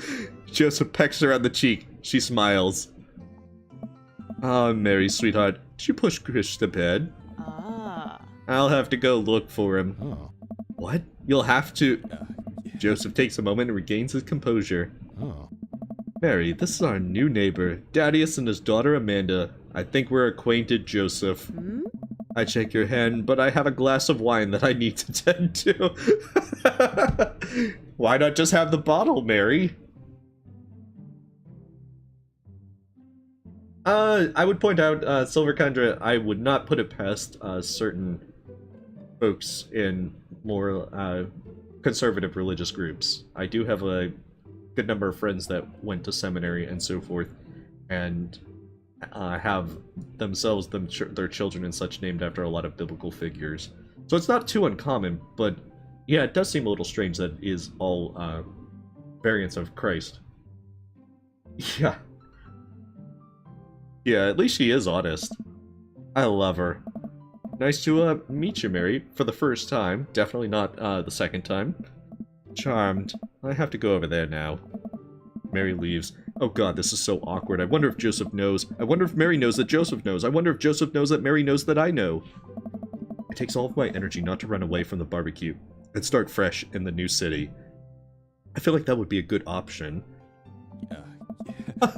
My wife has a wonderful sense of humor, but please, you two enjoy the barbecue. All the guys are really excited to meet you. Amanda and I mill around and try some of the food spread out on the table. I pick at some deviled eggs. Amanda grabs a small paper plate and immediately begins piling it with baked goods. Mary and Joseph? Yeah, that definitely... The aesthetic is definitely there with the name and thing. I know, it definitely depends, but I know that there's a lot of folks that do in those more conservative circles that will use that name in convention. So it's not too surprising if you're used to it or have a number of friends in there. I don't want to have to make friends. Amanda, fill in for me. Oh. Come on, Dad. Who are you going to party with when I go off to school? My not yet purchased dog, Amanda. We've established this. I'm gonna get a dog. I don't want to have to do pleasantries. Dad. They're gonna talk about weather. Oh. Go do it. Make a friend, or I'm not letting you in the house. Amanda definitely lays down the law. Oh goodness, I don't think they're going that far, Kiyozuki. But how could I possibly abandon my only child at a social function? That's bad parenting. This plate of cookies is my new dad. Bye. Oh, Amanda has cruelly abandoned me. Amanda shoves me into the center of the yard. Well, here goes nothing. I look around the party and I'm surprised to see some familiar faces. Alright, you have a great nighttime. Thanks for stopping by. And I hope that you have a wonderful night. Oh, gotcha, Silver. Well, hopefully that is something that you're much happier with. Let's see. Some familiar faces. Okay. Oh, that definitely sounds like a rather cool name. Isn't that the barista from the Coffee Spoon? Didn't I meet that guy at the bar? Didn't that guy throw a frisbee at my head? Isn't that the guy who was throwing a fit in Dead Gotham Beyond? Isn't that Amanda's teacher? Hey, I know Craig! But wait a sec, all these people live in our cul-de-sac? That can't be right. I better investigate. Burger time! I better investigate. Burger time. Oh my goodness. I need to save right here. Wait. Oh, is it? I'm just kind of curious. Oh, there's autosaves. Quite a few autosaves. Interested. I know, Burger Time. Burger Time sounds like I have to make Amanda disappointed in me. And without further ado, let's work some magic. Joseph closes his eyes, takes a deep breath, and gets to work. With the greatest of ease, he sets patties on the grill, flourishing as he flips his spatula in the air. It's easily some of the best grill work I've ever seen. You guys think this is my first time in front of a grill? Because it is. He's working faster now, effortlessly, tossing cheese onto patties and perfectly grilling onions on the side. One after another, the dads take notice in the crowd around Joseph to admire his masterful technique. Oh. You probably didn't notice, Daddius, but Joseph's known around here for his grillmanship. Wait, can I Pokemon battle Joseph for grill power? Oh. He's ungrillevable. Hey, I could make a better pun than you, Brian. But I'm not gonna. Hey. I tried to get on his level, but I just can't catch up. No, Craig, don't sink to Brian's level. Let us keep studying. He has a rare quality about him. Oh. I'd say well done, but I don't want to unleash the puns. Must we keep talking about this? Can't we appreciate the artist? Wait a sec, you're a vampire. How are you out in the sunlight? Oh. Unless he has sunscreen lotion. We must investigate that. I've never seen him make a mistake. No, Robert, you're too cool for this. You can't join in on the puns. Hey. Okay, we need to stop. This is getting too cheesy. No. Please stop. See, Amanda, lay down the law. All of the children at the party boo the glorious display of puns in unison. Alright guys, the food's ready. Please form an orderly barbecue. Amanda groans. Oh, barbecue, yeah. We all grab our food and hang out, enjoying perfectly cooked cheeseburgers. Oh. Man, so wild how all of us dads live in the same cul-de-sac. Hey. Kinda nice, isn't it? It feels like there's a real community here. Totally helps when you're just a single dad trying to raise a kid. Oh. We're happy to have you here, man. No. We're happy to have you here, bro. I think you're gonna like this neighborhood a lot. Plus, Amanda seems to be getting along with all of the kids. She decides to get into the babysitting game. She'll make a real killing. Hey, why don't you add us all on Dad Book? Dad Book? Oh. Yeah, it's a great social network for dads to keep in touch with each other. We're all on it, so if you ever need to reach out to anyone, that's the simplest way to do it. Eh? Sorry, I'm just an old-fashioned dad. Social media goes over my head sometimes. That toddler has seen some crazy things. Oh, jeez. Don't worry, Pops. I'll help you figure it out. I have a Twitter. The rest of the barbecue goes smoothly. We all trade stories and drink beer as our kids play on the lawn.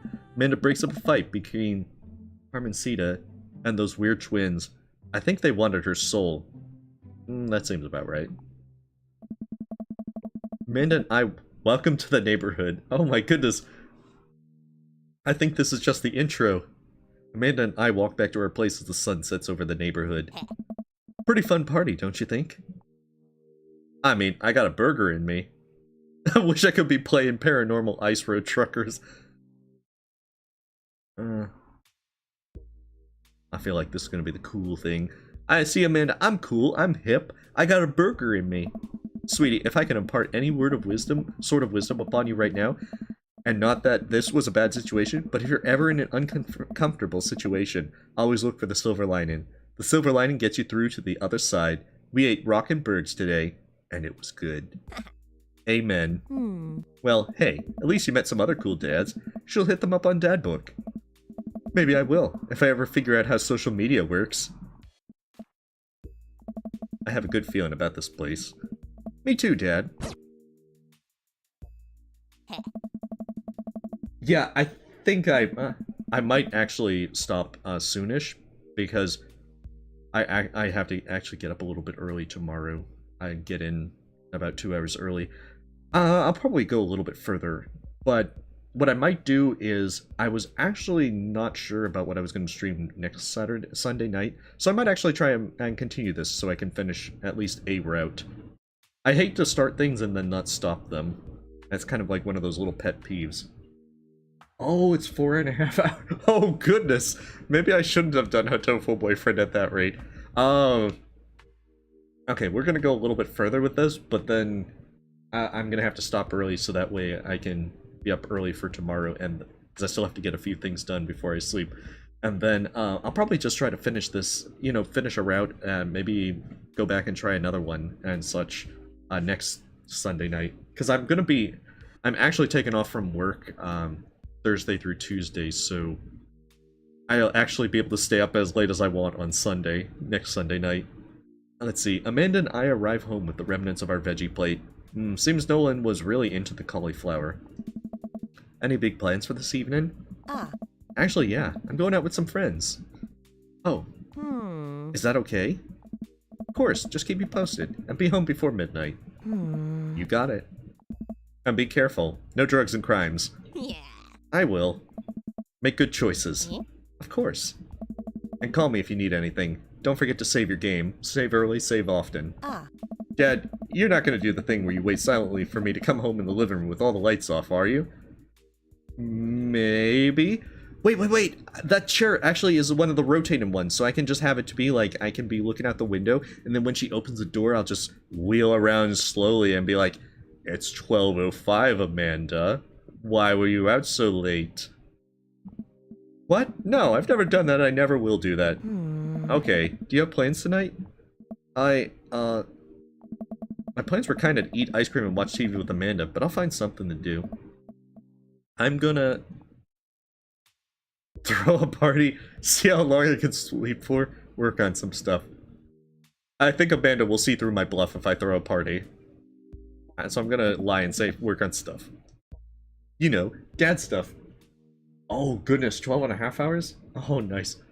Yeah, I'm hoping that with that break, because I mean, I'm gonna be doing the extra streams with like the room rando with like Rhapsody, Hall Shimison, Euclio, and next Sunday morning. And then there's also another room rando with like Fireborn, Relia, Scurry, and such on Fridays. So I'm gonna be kind of busy with some extra stuff. Yeah, I mean, you have to have those swivel chair for the cool effect with that. You know, dad stuff. But I'm hoping that I can also catch up on a bunch of videos that I've been trying to do. I know myself too well that I probably won't, and that I'll probably lazily squander all that time. But, you know, here's to good hopes and all that. I'm just relaxing tonight. Have fun, okay? Great. See you later. Watch Amanda drive off into the night. I really do hope she has fun. Wait, she said that wasn't she saying that she had, like, problems with parallel parking, and didn't that imply that she didn't have her license? Oh no. I plopped down in front of the TV and turned on some Wine and Dine Mastermind with celebrity chef Gavin Chapman. Looks like Gavin's making a roast rack of lamb with rosemary mashed potatoes, but where's the lamb sauce? I'd love to be able to cook like that. Although I think if I was actually good at cooking, I'd use my powers for evil, just like making baked Alaskas all day instead of any food of real nutritional substance. Man, Gavin Chapman just caught that thing on fire, but he meant to do it. What a professional. I lose track of time as I blaze through several episodes of Wine and Dine Mastermind, and also one episode of some cooking show called Meat Hell. I'm not even sure what that one was about. It was just a lot of yelling. I glance at my watch. Man, it's almost midnight. I should check in with Amanda. I send a text. Hey kiddo, you good? I wander into the kitchen as I wait for a reply. Amanda's phone is almost always in her hand, so I'm sure she'll respond soon. Unless she's driving home right now, in which case I hope she doesn't respond soon, because I definitely taught her better than to text and drive. Oh, thank you, Red Dragon. I know that... Oh, you don't need a license when you're committing crimes. That is a loophole, Kiyozuki. Well, thank you for your kind words. I know that Infernex comes out tomorrow, so I'm looking forward to trying to compile the deaths for the full game, once I'm able to start playing it. It's not a crime if you drive fast enough to get caught, not get caught. I get the feeling, though, that once you get the police aggro, you're probably gonna have a hard time shaking it. Let's see. I wander into the kitchen as I wait for a reply. Okay. Reach into the freezer and grab an ice cream sandwich. It's a little late for this, but I think I've earned it after a long day of socializing. I check my watch again, and then my phone. Nothing yet. Okay, see, now I'm worried. Do I call her? Do I call the cops? No, it's too soon for that. I'll just send her a gentle reminder text. What's up? Half an hour passes. Now I'm really worried. The episodes of Gavin Chapman's Meat Hell are not only assuaging my anxiety, but possibly... Oh, goodness. I've been clicking left a little too soon on some of these tonight. My apologies. Why did I find out where she was going? Who she was even with? Why don't I know any of her friends' phone numbers? Why don't I even know any of her friends' full names? It's too late to know what MR stands for. Emma R stands for Emma Arson. Who is Emma P? I decide to send her another text. Amanda, please text me and let me know you're okay. I can't help but think of all the awful things that could have happened to her. Oh, thank God, it's her.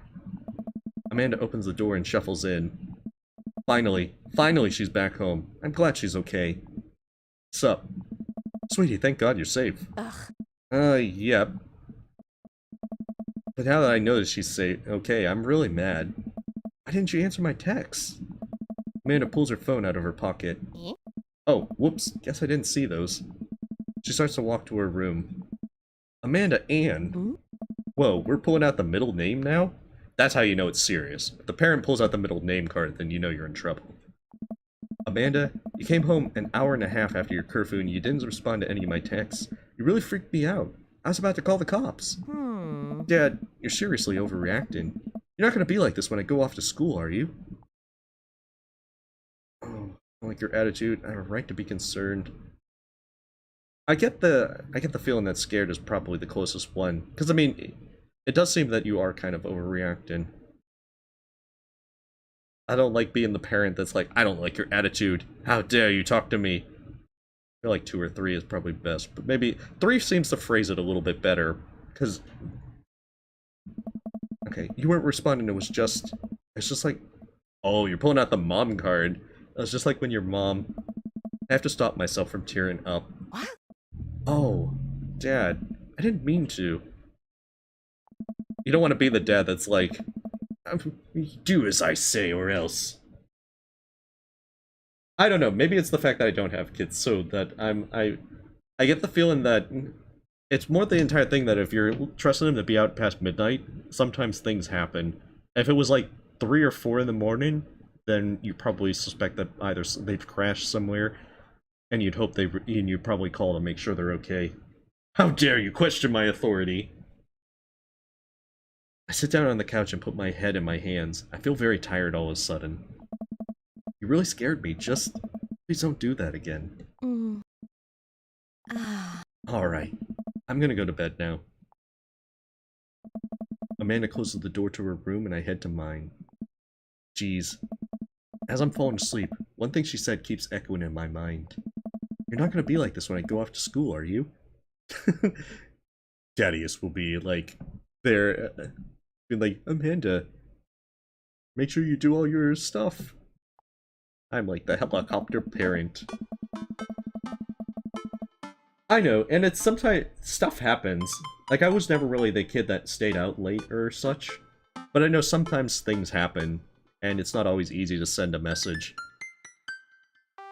Let's see. I suppose if she was going out late past midnight multiple times, then you'd definitely start being concerned. But if it's like a one-time thing, which seems to be the case here, it might not be the biggest deal. I definitely didn't sleep well last night. I brewed some strong coffee and make some scrambled eggs for Amanda as a peace offering. She eventually wanders into the kitchen. Hey, I thought about what you said last night. I should have texted you. I said I was gonna do it, and I didn't. I honestly just didn't even think about it. I'm really sorry, Pops. I won't do it again. Well...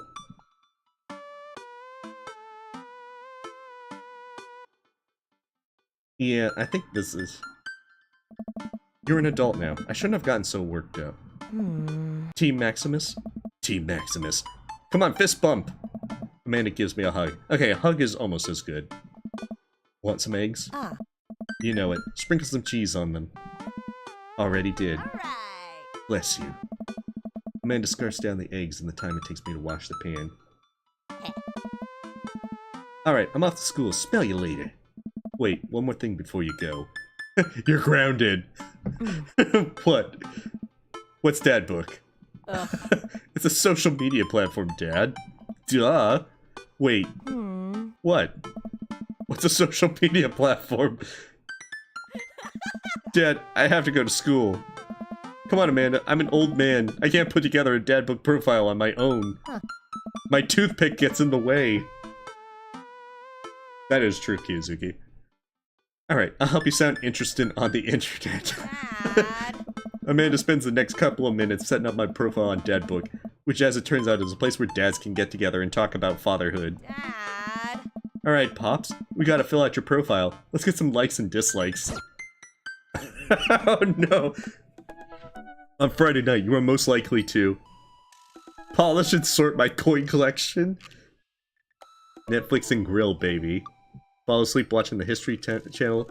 Torment my children with dad puns. Sink into blissful oblivion. Oh, sleep. I like how you have to clarify that. Was it supposed to be a drunken stupor? Let's see. Considering I watch Ice Truck Paranormal Investigator Driver thing, I'm gonna go with Netflix and grill. You had one thing to take with you onto a desert island? What would it be? My trusty grill? I mean, I just want more like the Netflix and chill. I'm not married to the grill. The Lost Shaker of Soul? Castaway on DVD for instructional purposes? A boat, obviously. I don't need anything. My survival skills have trained me for this day. This is where it goes like, I'm on the desert island, and then I just look around and I see there's no one there. And then I just have like my hand up to my forehead gazing out onto the horizon of the ocean, and then just say, I don't need anything. My survival skills have trained me for this day. And then it pans to like the skeleton, the bleached bones just on the beach. We're going with that.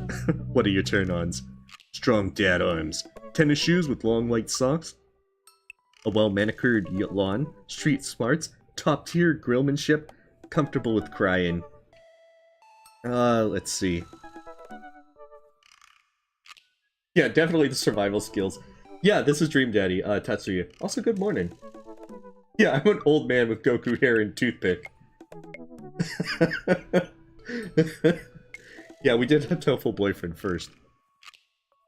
We gotta hang out with Craig, even though we can't, we're not on his power level yet. What did you want to be when you grew up? An astronaut and a detective. A good father, the president of space. Pro skater is... Okay, that's good enough. Pro skater who's also an astronaut. That is, that's pretty good. Okay, technical writer for manuals and instructionals. Salty boat captain. We're gonna need a bigger boat for that. A good father. Okay, pro skater who's also an astronaut. That's like our 5-year-old dream. What's your favorite movie genre? War documentaries, Sean Connery's entire filmography. Anything on Laserdisc, romantic comedies, whatever will make me cry. Old comedies that haven't aged well. Oh man. That might be like ones like Some Like It Hot, I guess. There's a lot of good Sean Connery movies.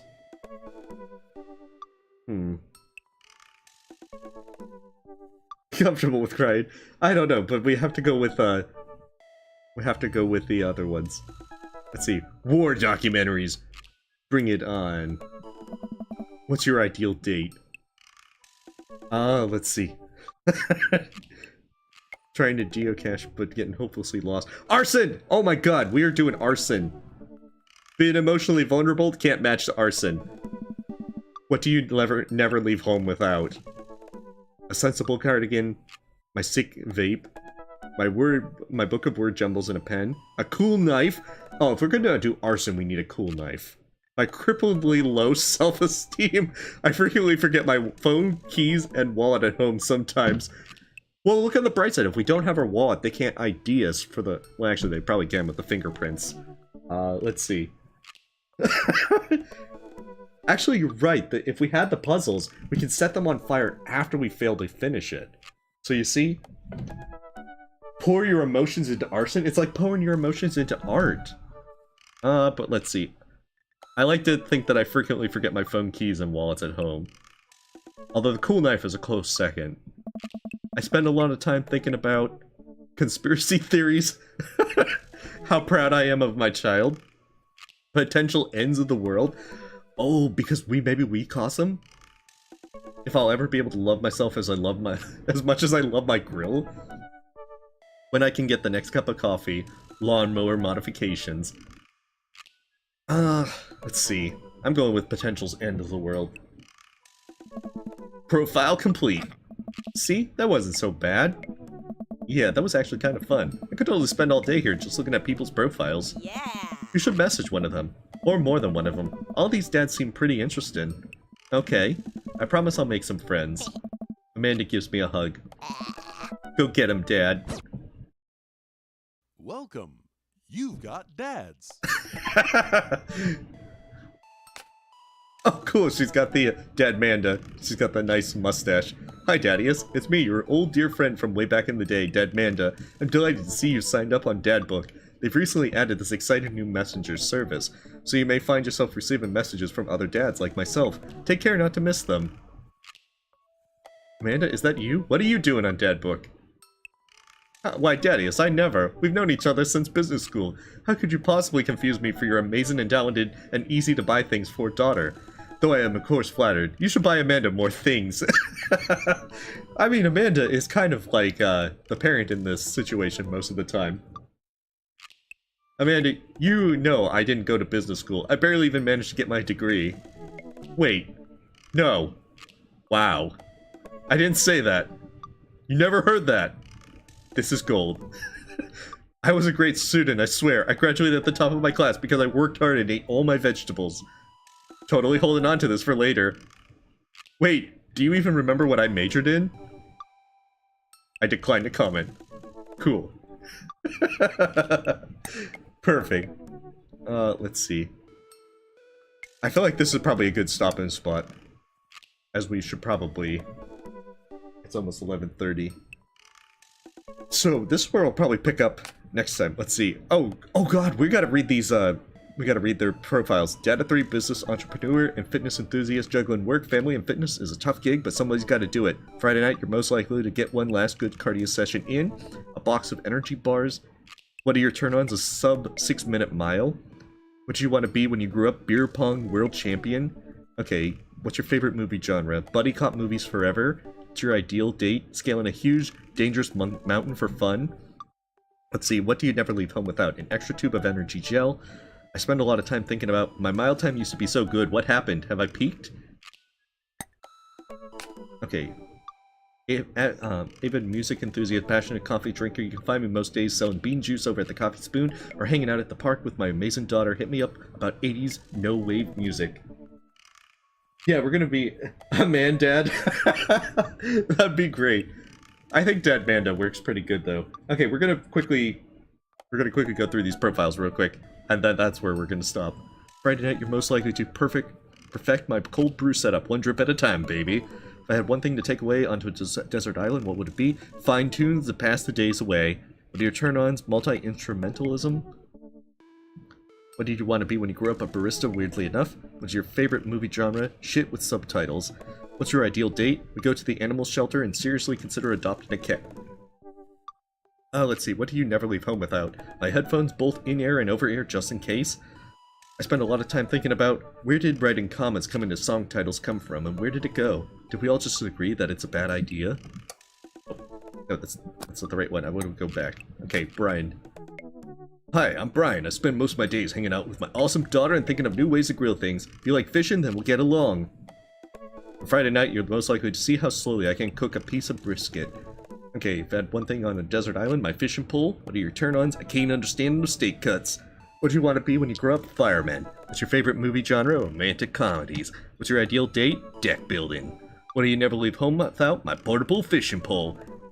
I spend a lot of time without how my daughter is smarter than I am. Okay, Robert.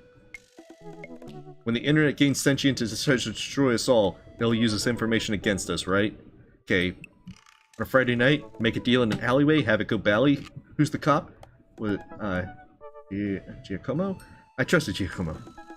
Let's see, one thing on a desert island, gun. What are your turn-ons? Don't talk to me. What do you want to be when you grow up? Grifter. What's your favorite movie genre? Italian neo-realism. What's your ideal date? Grave Robin. I would have thought that would have been Damien's one, because, you know, vampire stuff. What at least you never leave home without? At least 4 knives. Well, I mean, he can stare daggers at you. So that's at least 2 of them. Spent a lot of time thinking about you ever really look into a rabid animal's eyes. Yeah, they've got some good ones. Alright, Damien. Damien Blood March. Yeah, that's definitely vampire. How do you do? I finally decided to join this informational highway. I'm not entirely sure how this works, but I will do my best to understand. I love long strolls through the graveyards and spending time with my son. If you would like to join and chat about the latest in Victorian fashion, the inevitability of our own demise, our black cats, please send me a letter. Okay, listen to True Crime podcast while I taxidermy my newest specimens. You had one thing to take onto a desert island, a coffin? Yeah, a coffin seems right. I mean, there's probably a lot of sunlight, so you need to be able to not burst into flames.